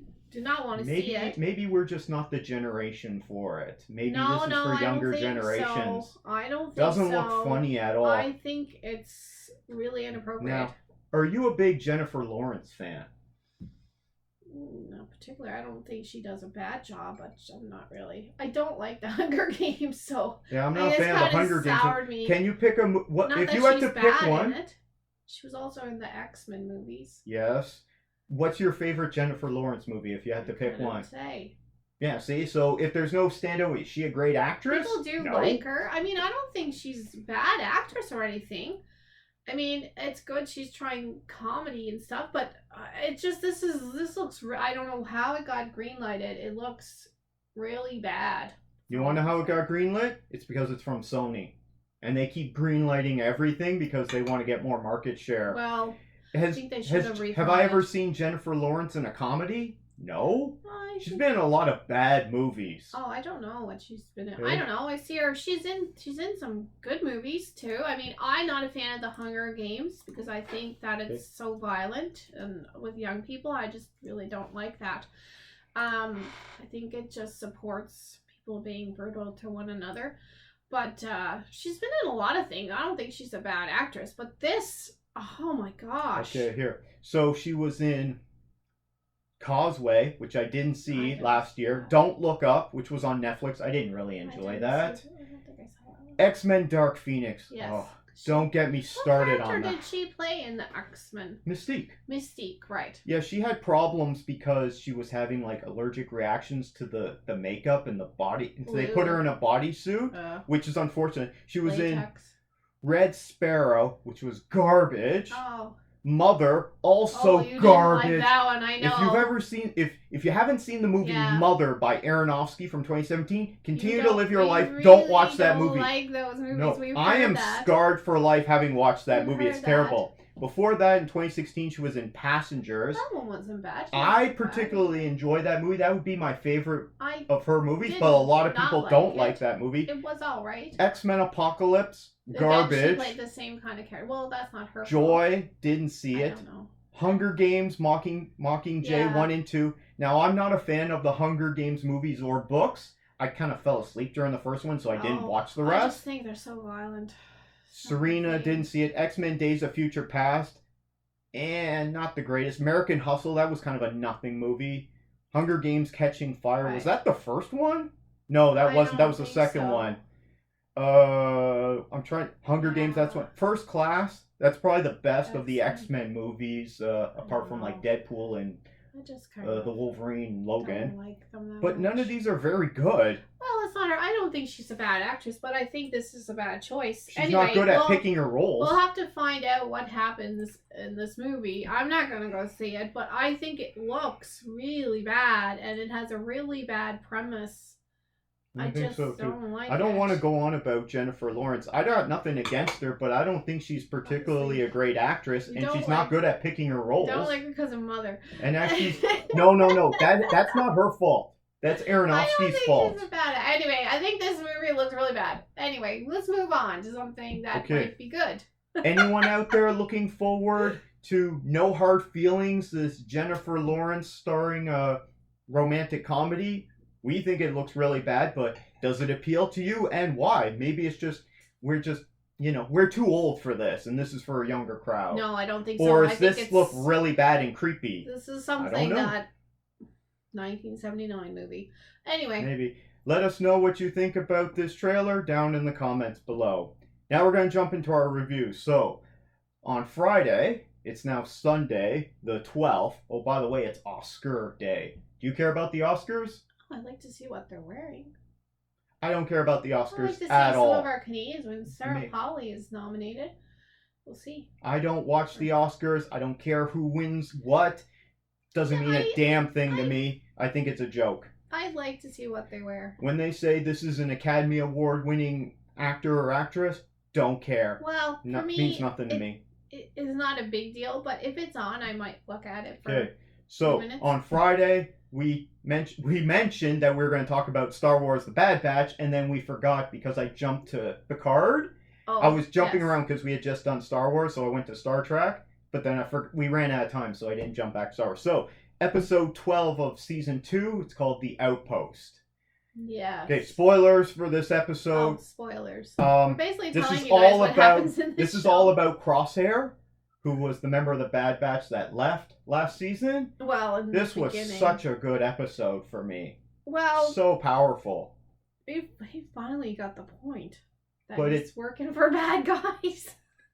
Yeah, and that they don't care about him. But instead of just leaving, of course, he has to shoot his bosses because he's an assassin. There's some really powerful storytelling in this, and even though this is for kids would get this because it shows like he's not appreciated by the Empire. They want to get rid of all the clones, so him and any other clones, they're expendable. They don't care if they die, and they send them on suicide missions. They keep on hiring the most pompous people for their roles in the Empire, but they're so pompous and irritating. So we finally see, after it took him a really long time, a near-death experience, and a lot of other of his friends dying, to finally realize good soldiers may not follow all the orders. But at the end of the episode, he is taken by a group, and we don't know. Maybe it's the rebels that have him. I don't think so. He's definitely... we don't know where he is, but the point of this episode is they meet up with some clones that have been essentially left to fend for themselves without any supplies or backup for months. And they've been dying off. Yes, and they've been dying in this terrible Arctic place, like planet. Hoth. And then they show up, so the Empire shows up and Crosshair's with them. And then him and the commander get sent on this terrible mission for no reason. Impossible mission. And what they realize in the end is the cargo that they've been given their lives for is just... It's just gear. Gear for the noob guys that are replacing them for the actual... And they didn't even get any replacement gear for themselves. They didn't get anything. They're essentially just being used as cannon fodder. It doesn't make much sense. But anyway, to me, it doesn't make much sense why you would do that to the clones, because they are very... But the Empire does really stupid things and has really stupid ideas. And this is one of them. This is why they don't win in the end. There is reason why the Empire would get rid of the clone army, because the clone army fought for the Republic. And the more time that goes by, the clones that are still alive realize they're no longer fighting for the Republic. They fought this whole war for years, and now the Empire has taken over, and the Republic no longer exists, and that's why they keep going AWOL. And finally, even the most hardcore loyalist soldier, Crosshair, because he always says, good soldiers follow orders. And we saw previous in this season that he's just living in a windowless room in the dark with nothing but a bunk and his gear, and he's given rations, and that's it. It's a pretty crappy existence, this Spartan existence that he's living. And he finally realized, even though he's following orders, they're giving them orders to kill them off. Yeah, with all his experience and with Cody leaving and I don't know. It took him a long time. He's very stubborn. Well, you also have to consider the programming from the chip in his head. Obviously, so now someone is doing something in that manner to him at the end of the episode. So that's the interesting part. Who has him? I think it might be the rebels. I don't think so. Because it doesn't look like a normal facility. If it was a normal facility, you wouldn't be asking those questions. It would look like the other places. He got arrested by Imperial troops. They wouldn't just give him over to the rebels. I don't know. He would be just discarded, I believe. They didn't want to give care to any of them. My hope for what happens here is that the rest of the Bad Batch, or maybe Captain Rex and Echo, are going to save him. In which case, he's going to reunite with Hunter and Crusher. Is it Crusher or Wrecker? I can't remember. It's Wrecker, yeah. With Hunter, Wrecker, Tech, and Omega, and then Crosshair's going to join them. Yeah, maybe the other guy will come back. I don't know. But the thing is, I thought he might call out to them for help when he was stuck in the storm with that other trooper there. I thought he might call for help for them. He didn't realize until he got back and had to deal with that lieutenant. Well, yeah, he's kind of dumb, really. I should have realized. Well, he's a well-trained soldier. I guess. Let me tell you, we were just talking about how we haven't been getting Star Wars movies, but let me tell you, the animation is where it's at. It's such amazing storytelling. It's so powerful and profound. Yeah, I'm so glad we got another good episode. I mean, there have been some filler ones, but I'm seeing now we get some good ones too. Even with the filler episodes, I'm still 100% on board with this show. If you haven't checked out Star Wars The Bad Batch or the other animated series, if you're interested in Star Wars or just good sci-fi storytelling, check out this show. It's amazing. What does anyone out there think about Star Wars The Bad Batch Season 1 or 2? Is anyone watching this, or are we the only ones? We're telling them what happens. I don't think it has a lot of viewers. However, you're going to want to check this out on Disney+. It's amazing. Let us know what your thoughts are down in the comments below. We'll read them out in the next episode. Next, yesterday I saw Champions. That just came out on Friday. Right. So I saw it yesterday. Stars Woody Harrelson and Caitlin Olsen. I don't know if she's related to those Olsen twins or not. But it could just be the same last name. This came out on Friday. I saw it on Saturday. I posted a non-spoiler reaction out of the theater yesterday. I enjoyed this quite a bit. It looked fun. It was just over 2 hours. Was it too long? I'm not going to say that it's too long. They're all so long these days. But it was good. I enjoyed it. The relationship... So this will be spoiler free. So in the trailer, it's this coach, Woody Harrelson. He gets sent to community service for doing something he shouldn't do, let's say. For breaking the law, he gets sent to community service and he has to coach this team of developmentally challenged kids. Are they all Down syndrome kids? Yeah, they're Down syndrome kids. Some of them are accident victims, right? Oh. So it's just kids with mental disabilities, but they love basketball. So he knows basketball, and he gets sent to coach them. So it's the classic story. It's a redemption story, right? Right. He's not the best guy, but he's not the worst, right? He did break the law, but he didn't kill anyone or anything. But it so also that's shows good. like with a good couch, a team can achieve by the looks of it too. It's like a sport. Well, his job is essentially to make them into a team, to feel a team. They're not going to be, NBA stars, but they're going to the Special Olympics. Well, that's a big deal. Small spoiler, it's in Canada. Special Olympics that they're going to, it's in the exotic city of Winnipeg. They go to Winnipeg? They go to Winnipeg, and one of the kids is really excited because it's the longitudinal center of Canada. Oh. Is it in the winter that they go there? Yeah. So they go to Winnipeg? Well, they're going from, it's in Des Moines, Iowa, is where this story takes place. Oh, so they got snow anyway. Oh yeah, so they're used to that. So they're not gonna be shocked when they get to Manitoba. No. Okay. There's a great relationship between Caitlin Olsen and Woody Harrelson, but there's also a great relationship between him and a lot of the players on the team. You really enjoy a lot of these kids there. Yeah. Some of them more than others. There's a girl what's her character's name? Shailene or something? With the boogie board? Yeah. She's in the trailer, and she's kind of mouthy. She's great. She is hilarious, okay? Great. But all these kids, you feel for them all, right? Yeah. And there's one part where they're playing, and this isn't really it's a minor spoiler, but it's not about the story. There's one part where the kids are playing a basketball game against another team, and it's all special needs kids, right? Yeah. And you know what they play for the background music? They play the Globetrotters music with the whistling, and I'm like, this is great. It was fun. Yeah. So we haven't been getting good movies so far this year. Yeah. So this movie, Champions, and probably Missing, which starred Storm Reid. Yes. Those are my favorite movies so far for this year. Right. You didn't see Women Talking, but I think that was my favorite one, but I didn't see those two. Also, that was a 2022 movie. And it just came out last month here. I would recommend you go check this out, and I would recommend other people check this out. It's funny. It's a feel-good story. You can take your kids to it. There were lots of kids there is a little bit of adult topics, with the relationship in that. Yeah. But it doesn't, it doesn't go into, sex scenes or anything. And anytime it starts to get into, the romance of it, then it's cut away, we're going to the next scene, right? Right. So it's appropriate for kids. The jokes aren't inappropriate in that. It's, that's nice. It's a good time. I would definitely recommend this movie. And it's not a movie I'm going to buy. I'm not going to go see it again. But it was a fun time. I'd give it a best movie ever on the internet rating system. Good. I hope you go check it out because you'll have a good time. I'll try. Maybe go check it out on Tuesday when it's half price. Weekdays are not good.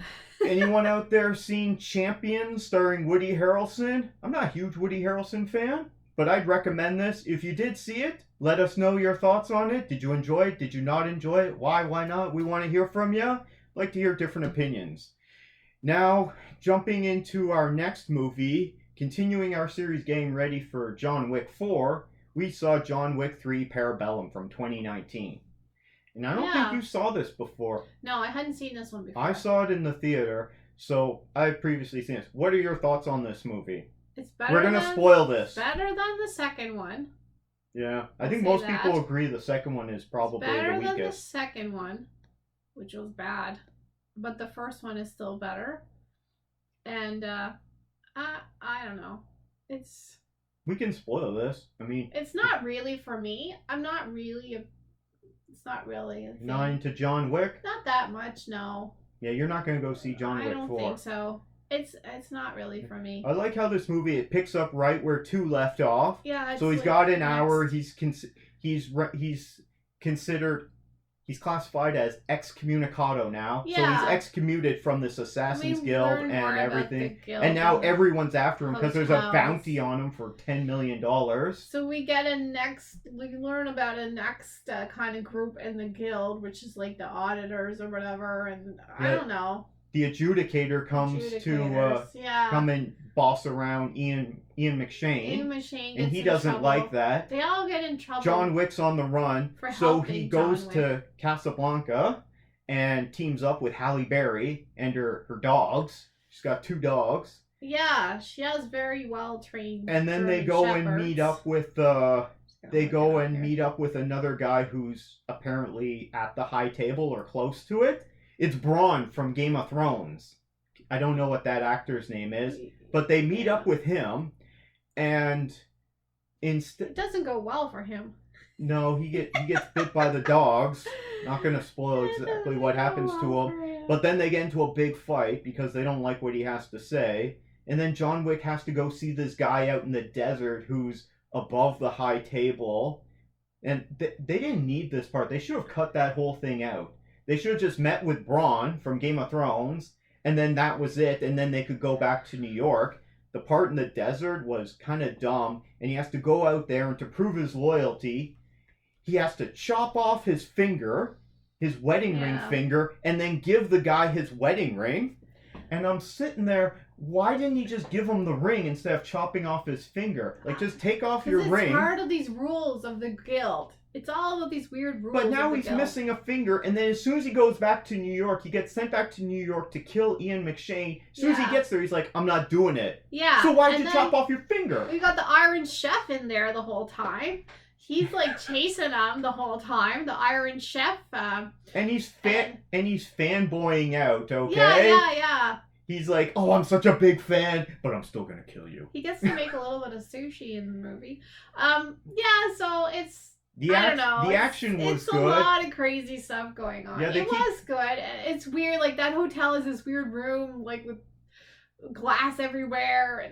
And he's fighting all these the best assassins from the high table, and they're wearing all this armor, so they can't kill them. They keep shooting them. But they can't. But they just it just knocks them over from the momentum. Yeah. But unless you like actually put the gap in the armor and shoot them in the neck, close range, they're still alive. So they have to get armor piercing rounds. I think the problem is with the movie, at this point now that we're in number 3, we know that anyone that his enemy is gonna end up dead. There's no like suspense there. We know the Iron Chef is like from the get-go. Like, we know anybody that he puts his target on is not going to make it. Because John Wick is the boogeyman. He's Baba Yaga. So it's kind of like a little bit, it's just waiting to see how they're going to do it. And of course, they have all these stylized ways of doing it. So, I don't know. At one point near the end, before he's fighting the Iron Chef, he's fighting these 2 Asian guys, and they're beating the crap out of him. And essentially, they let him live, but they could have killed him at a few points. I know. They let him live, and then he lets them live. Yeah, it doesn't really follow the code. I don't know. They have all this respect for each other. There's all this respect in the hotel, and then they just kill each other. But doesn't it seem as if everyone in this world is part of this assassin's group? Yeah, it's so over the top. It's like, okay, we got to go to this sushi place and get the Iron Chef. Right. Meanwhile, everyone in the park at the beginning, they stop on command from Ian McShane, so they're all part of it too. And if that you're might have been a at the woman, end of the last you have one. to have a tattoo to work there. Everyone's got tattoos. Well, not everyone. Only the women have tattoos. Now he has a tattoo because he's from the Belarusians. Yeah, he's from Belarus, and we learn more of his backstory. Gianovich or something is his real name. Yeah. So the point of these movies is we just keep learning more and more about this world, and it gets deeper and deeper into it, and they try to keep coming up with different ways of having cool action scenes with John Wick, and he has to kill everyone so in this one, he was on a horse. There was some good stuff where he was fighting with the horses in the stables, because when you're in New York, what do? You go to the horse stables, apparently, for all the horse-drawn carriages. So he goes there and he kills some guys with the horses. With the back really legs, good that's good. Horses. Then he's on the horse. He's on the horse like a Western movie. And he's being tracked, and he's being chased by ninjas on motorcycles, so he's got to fight them. He can do fancy Then at one riding. point, he's in this museum he wanders into, and he has to build a gun from the 1900s, from the Old West, because the people who put it together wrong, so he has to take the different parts and put it together. Western stuff. I don't know. It's just kind of... It gets so foolish, but it's not that suspenseful, because in the end, they're not going to die. the people that he's friends with are not going to die most part, and the people that he wants rid of are going to be dead. Yeah. So I don't know. We didn't see what happened to Halle Berry, so they could bring her back. Ian McShane's still alive. The concierge is still alive. The Iron Chef is. No. I don't think they'll bring back the Iron Chef. Well, he's in pieces. We got impaled. In pieces. I think he didn't make it. Maybe. He talked for a really long time. But in this world, they might bring him back. Dead. John Wick got thrown off a building at the end, and he's still fine because he's wearing his super suit. It's a bit like Spider-Man or something. It's a bit comic book wacky at times. Too much, yeah. My complaint about these movies is not the action. They do a good job with the action and expanding the world. My complaint about these movies is they keep including stuff that isn't needed.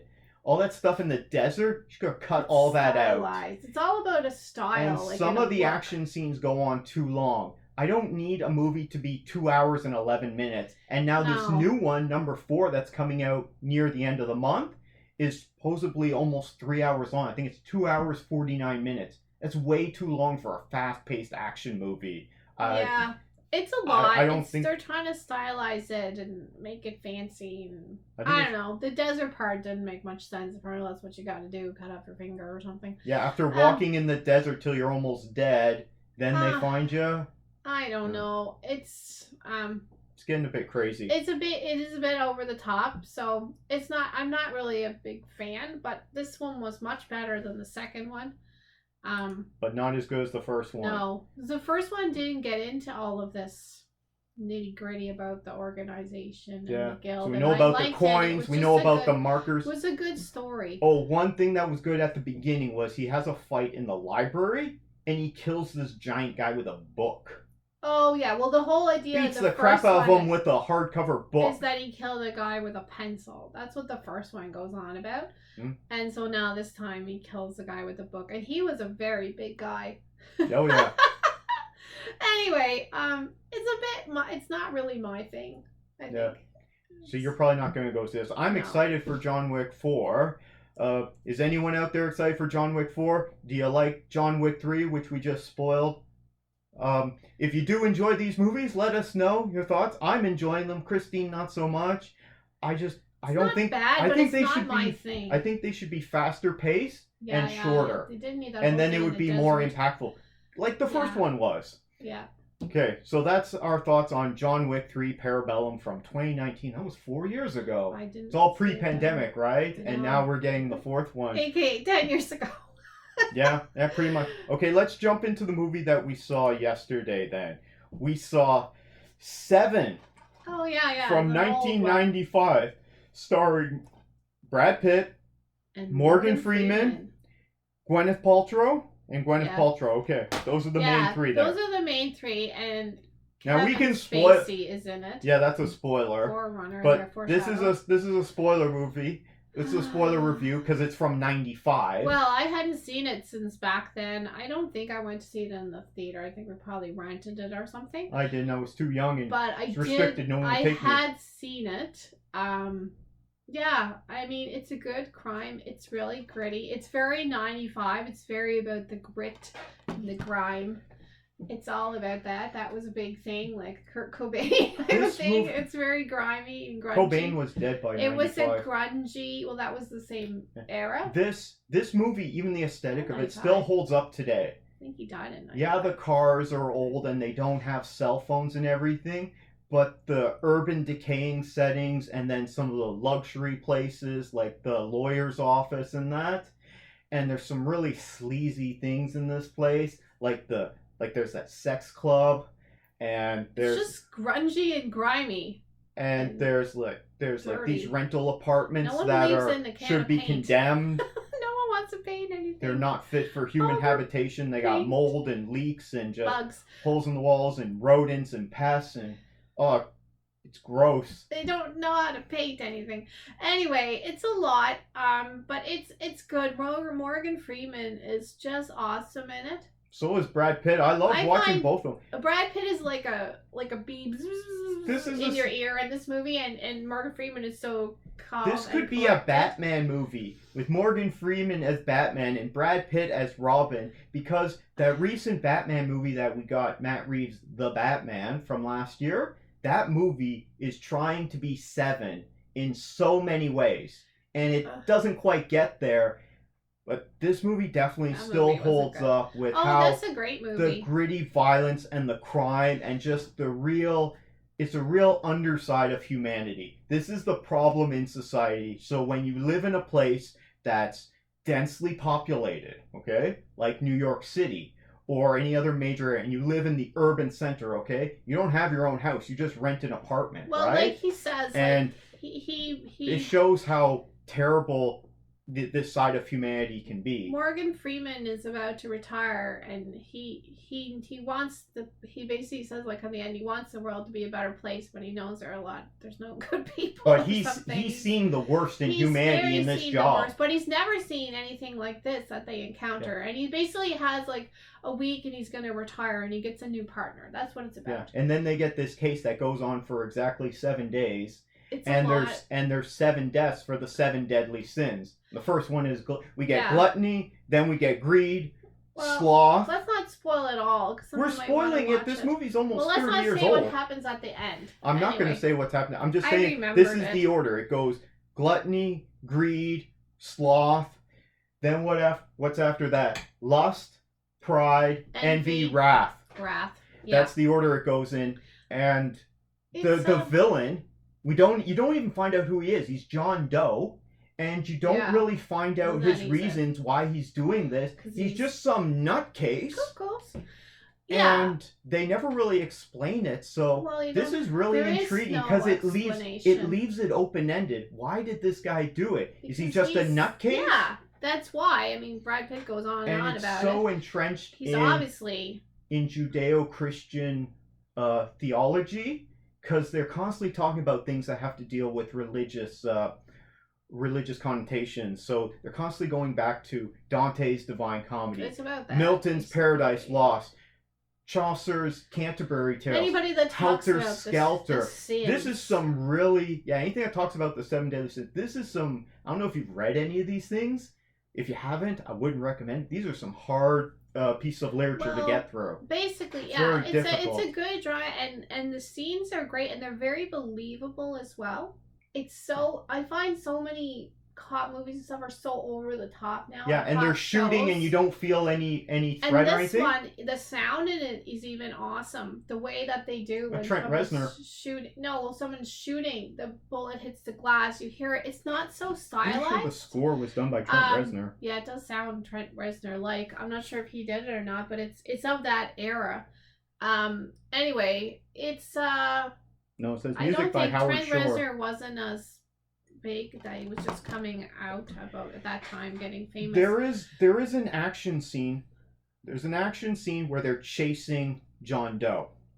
It's not at the end. It's in the middle of the movie. Yeah. And when they're chasing him, you feel the danger. Okay? Oh, yeah. It's not one of those generic cop movies where there's bullets flying everywhere. No, you feel the danger where Brad Pitt's chasing him, and he's like looking around, he's nervous, because if he gets shot, he's probably gonna die, right? Well, yeah, and you hear the bullets going past. It's just really well done, and I find a lot these days are not that good with this. Yeah, too much shaky cam, too much cuts. But it is that's going on. But yeah, I found this was just so much more realistic. I thought it was great. And Morgan Freeman is just awesome in it. He's like the real treat of this movie. His role. Yeah, he's the really smart guy. See, that's why he would be Batman in this story. Well, isn't he Batman's Q in the movies nowadays? He plays Lucius Fox in the Nolan movies. However, this is essentially like a Batman and Robin story, and it's very grounded and very realistic. So that's why it's not superheroes. No, it's not like superheroes. I think it's really good. And anyway, it's a great movie. This is definitely something that keeps you on your feet, on the edge of your seat there, right? And it's about 2 hours. It's just over 2 hours. Yeah. Definitely. Anyway, it's what a kind good of one. rating would you give this movie that's from almost 30 years Oh, old? I think it's a great movie. I give it like in the 90s, like probably a 96. Best movie ever on the 96, internet 97, rating something like that. system. Yeah, I mean, it was good. I did remember what happened at the end, unfortunately. You did remember? I did remember. Because I was keeping quiet. I didn't want to spoil anything for you. I did remember it at the end. I thought I had seen it and it looked familiar to me, but I didn't. And then at the end, I did remember, so it was a bit spoiled for me. But anyway, it was really That's good. our thoughts on this movie. We both really enjoyed it. It's a classic. I've seen this movie probably at least a couple dozen times, if and not I've more. only seen it that one time back in the If day. you haven't seen this movie, sorry we spoiled it for you, but check it out, because this is a classic. Really. This is a classic horror thriller mystery. It's great by David Fincher. Really well done. This is the movie that put him on the map, because his previous movie, Alien 3, wasn't the greatest. But that wasn't his fault. That was the studio's fault. This is a great one. Okay. What do you think of 7? Do you enjoy it? Or are you gonna, maybe you haven't seen it. Check it out and let us know if it holds up, and leave your comments down below. Next, we're gonna go into our very short segment of Chakotay's Odyssey, featuring the adventures of Janeway. So this is episode 5 of season 1. It's called Phage. You didn't watch this, so I'll just give you a brief recap of this. So they're flying along as usual, heading for the Alpha Quadrant. Are they really though? Because they keep on doing a lot of they keep getting sidetracked all the time. A lot of washroom breaks. Yeah, apparently. So they get Neelix, their guide. Okay. So irritating. He looks like a dumpster diver, Neelix. Okay. Apparently he smells. So they ask him, hey, where's their dilithium? And he's always saying there's dilithium everywhere. Apparently they're using up all their dilithium crystals all the time. They're burning that fuel like crazy. I didn't think they use them. I thought so they were... he says to them that, oh yeah, there's dilithium here. But he says that all the time. So they go to this planet where they detect dilithium. And they go there, and it's a cave. Right. Okay, sure, but they're detecting all this dilithium with their tricorders, but they can't find it. Right. Sure. Turns out it's all just a hologram. And these creatures, it's a trap. Uh-huh. And these aliens come out and they take Neelix's lungs. They like beam it out of him or something. Okay, that's random. And so he can't breathe, so he has to get put back onto the Voyager there, and he's essentially put into the iron lung there. Oh, and he can't move because they have to. Are they growing of new lungs? No, they have to use the holographic system to make new lungs for him, but he can't move, so that he can stay alive. While Janeway is off chasing these aliens that are getting away in their spaceship. They're essentially these alien lepers, okay? They're Star Trek lepers, and they're stealing organs, and they look like crap. Yeah, they I look do remember disgusting. This. Yeah, they're organ dealers. And they go, no, they don't deal in it. They need it for them. So they chase him down and get his lungs back. And I'm like, what was this episode? This was dumb. Grow them in a petri dish. Anyway, that seems weird. It is weird. The science of this show, I know it's it's Star Trek science, and it's not, but it doesn't make sense a lot of the time. Yeah. Their explanations and their science is weird. Captain Don't Mess With Me Janeway chases them down and gets his lungs. No, she doesn't get his lungs back. She forces the lepers to make him new lungs. Oh. Because so they have more advanced. You think they could make lungs at this point? I don't know. Yeah, I don't know. This their weird leopard technology. So this episode made no sense, and not much of any of the characters. It was mostly just Neelix. Robert Picardo, the Doctor, was in it. He's awesome. Yeah, he was angry and bitter as usual. Yeah, he's very angry in the beginning here. And that's the episode. Okay. I don't recommend it. And that is our update on Chakotay's Odyssey, featuring the adventures of Janeway. Not much Chakotay though. No. And that's that. Next we got... What do we got next? We got a review by you. A book. What did you read? Well, it's not a book. No? It's not a book. It's a book, not book. It's an actual audio book. It's apparently exclusive to Audible, because I'm a member of Audible, spending all my money on these books. And I didn't remember this, but I guess I must have downloaded it at one point, and I was trying to listen to what's the name of the book? Current book, The Narrator. By K.L. Slater. Anyway, when did it come out? Just came out in 2022. Okay. And it's only on Audible. What kind of book is it? What's the genre? It's a thriller. Mystery type of show. Is it as good as 7? Book. It's very good. I couldn't So it's good stop. as 7? Well, it's similar. I couldn't stop listening to it. I listened to it. I was up late at night trying to finish it because I was trying to figure out what's going on. It's about a kidnapping. Mm-hmm.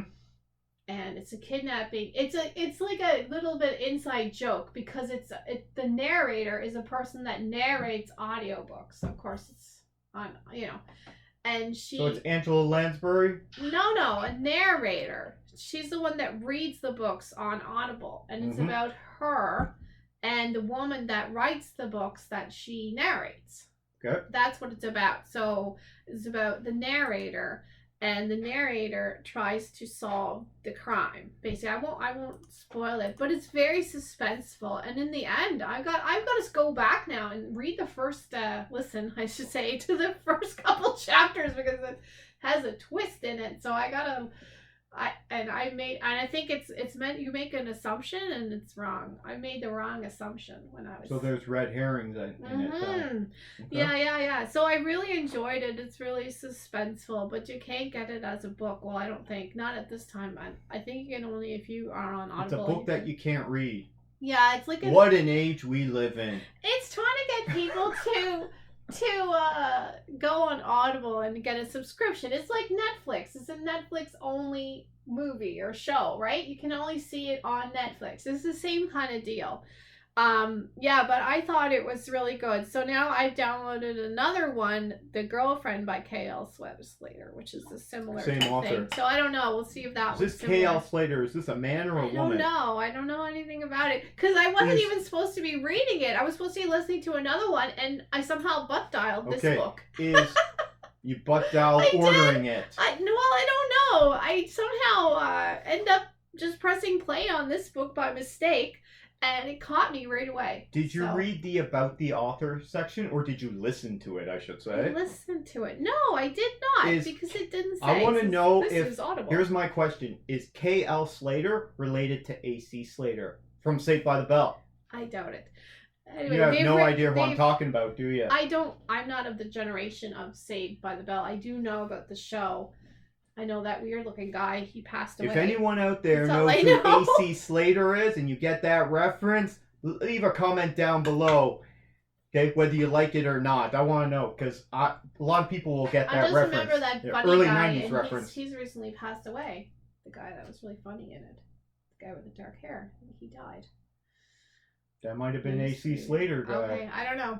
Anyway, I don't know anything about that show because I was too old. I know the guy who played Screech was Screech. he was in a lot of trouble. I think he passed away. I think he was in jail. Oh, maybe he's in jail. I thought he passed away. That's the only thing I know about that show. Turned out not to be a good dude. It's the only thing I know about it.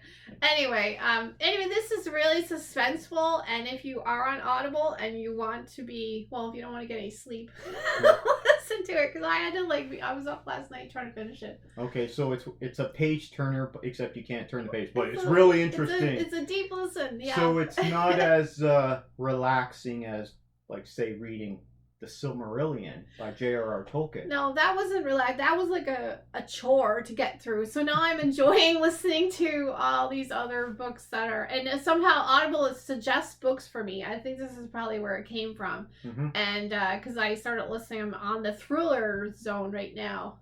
And it's like women authors. So I think this is why it gave me this, because it's a woman is the narrator. Okay. Anyway, I'm enjoying it. That's Christine's thoughts on The Narrator by K.L. Slater, which came out last year. I have no comments on it, but if I haven't read it or listened to it, if you're familiar with this property, let us know down in the comments below what you think of it, whether you enjoyed it or not, or if you're going to check it out. That's it for that. Christine, how can people get in touch with us? Okay, well, they can email us. CanadaMovieTVHosers@gmail.com, and in the email they can suggest topics or any of the questions that we've asked on the show. If they want to talk about some of the things we've talked about, they can send us an email on it. Also, they can find us at Twitter @CanadaHosers, and we put all our episode updates on there. We can find Gregory at St. John's Critic when he reviews different movies and things he's seen. And if you want to get our attention on Twitter, you can use the hashtag CanadaHosers. We don't have any comments for this week because no one's really watching our content. If you are, thank you very much. Watching it, we appreciate it. Thank you very much. Hi to everybody out there. It's mostly, I think, just your family that we tricked into watching it. My family and friends are watching it. So if any of Christine's family is watching this, trick your other family members and friends into watching it. Your coworkers, whoever you can. I miss you. My family's not watching this. They don't care. Yes, they are. Yes, they are. Dave is watching. Hi, Dave. Hi there. So we're going to wrap it up. Yeah. We're still experiencing some software issues with the editing. I'm trying to get that sorted out. So hopefully we can do 2 episodes next week, or we'll decide what we're going to do. But it's just how it goes. Well, we'll sign off now. So from all 3 of us, take care. Bye. Bye.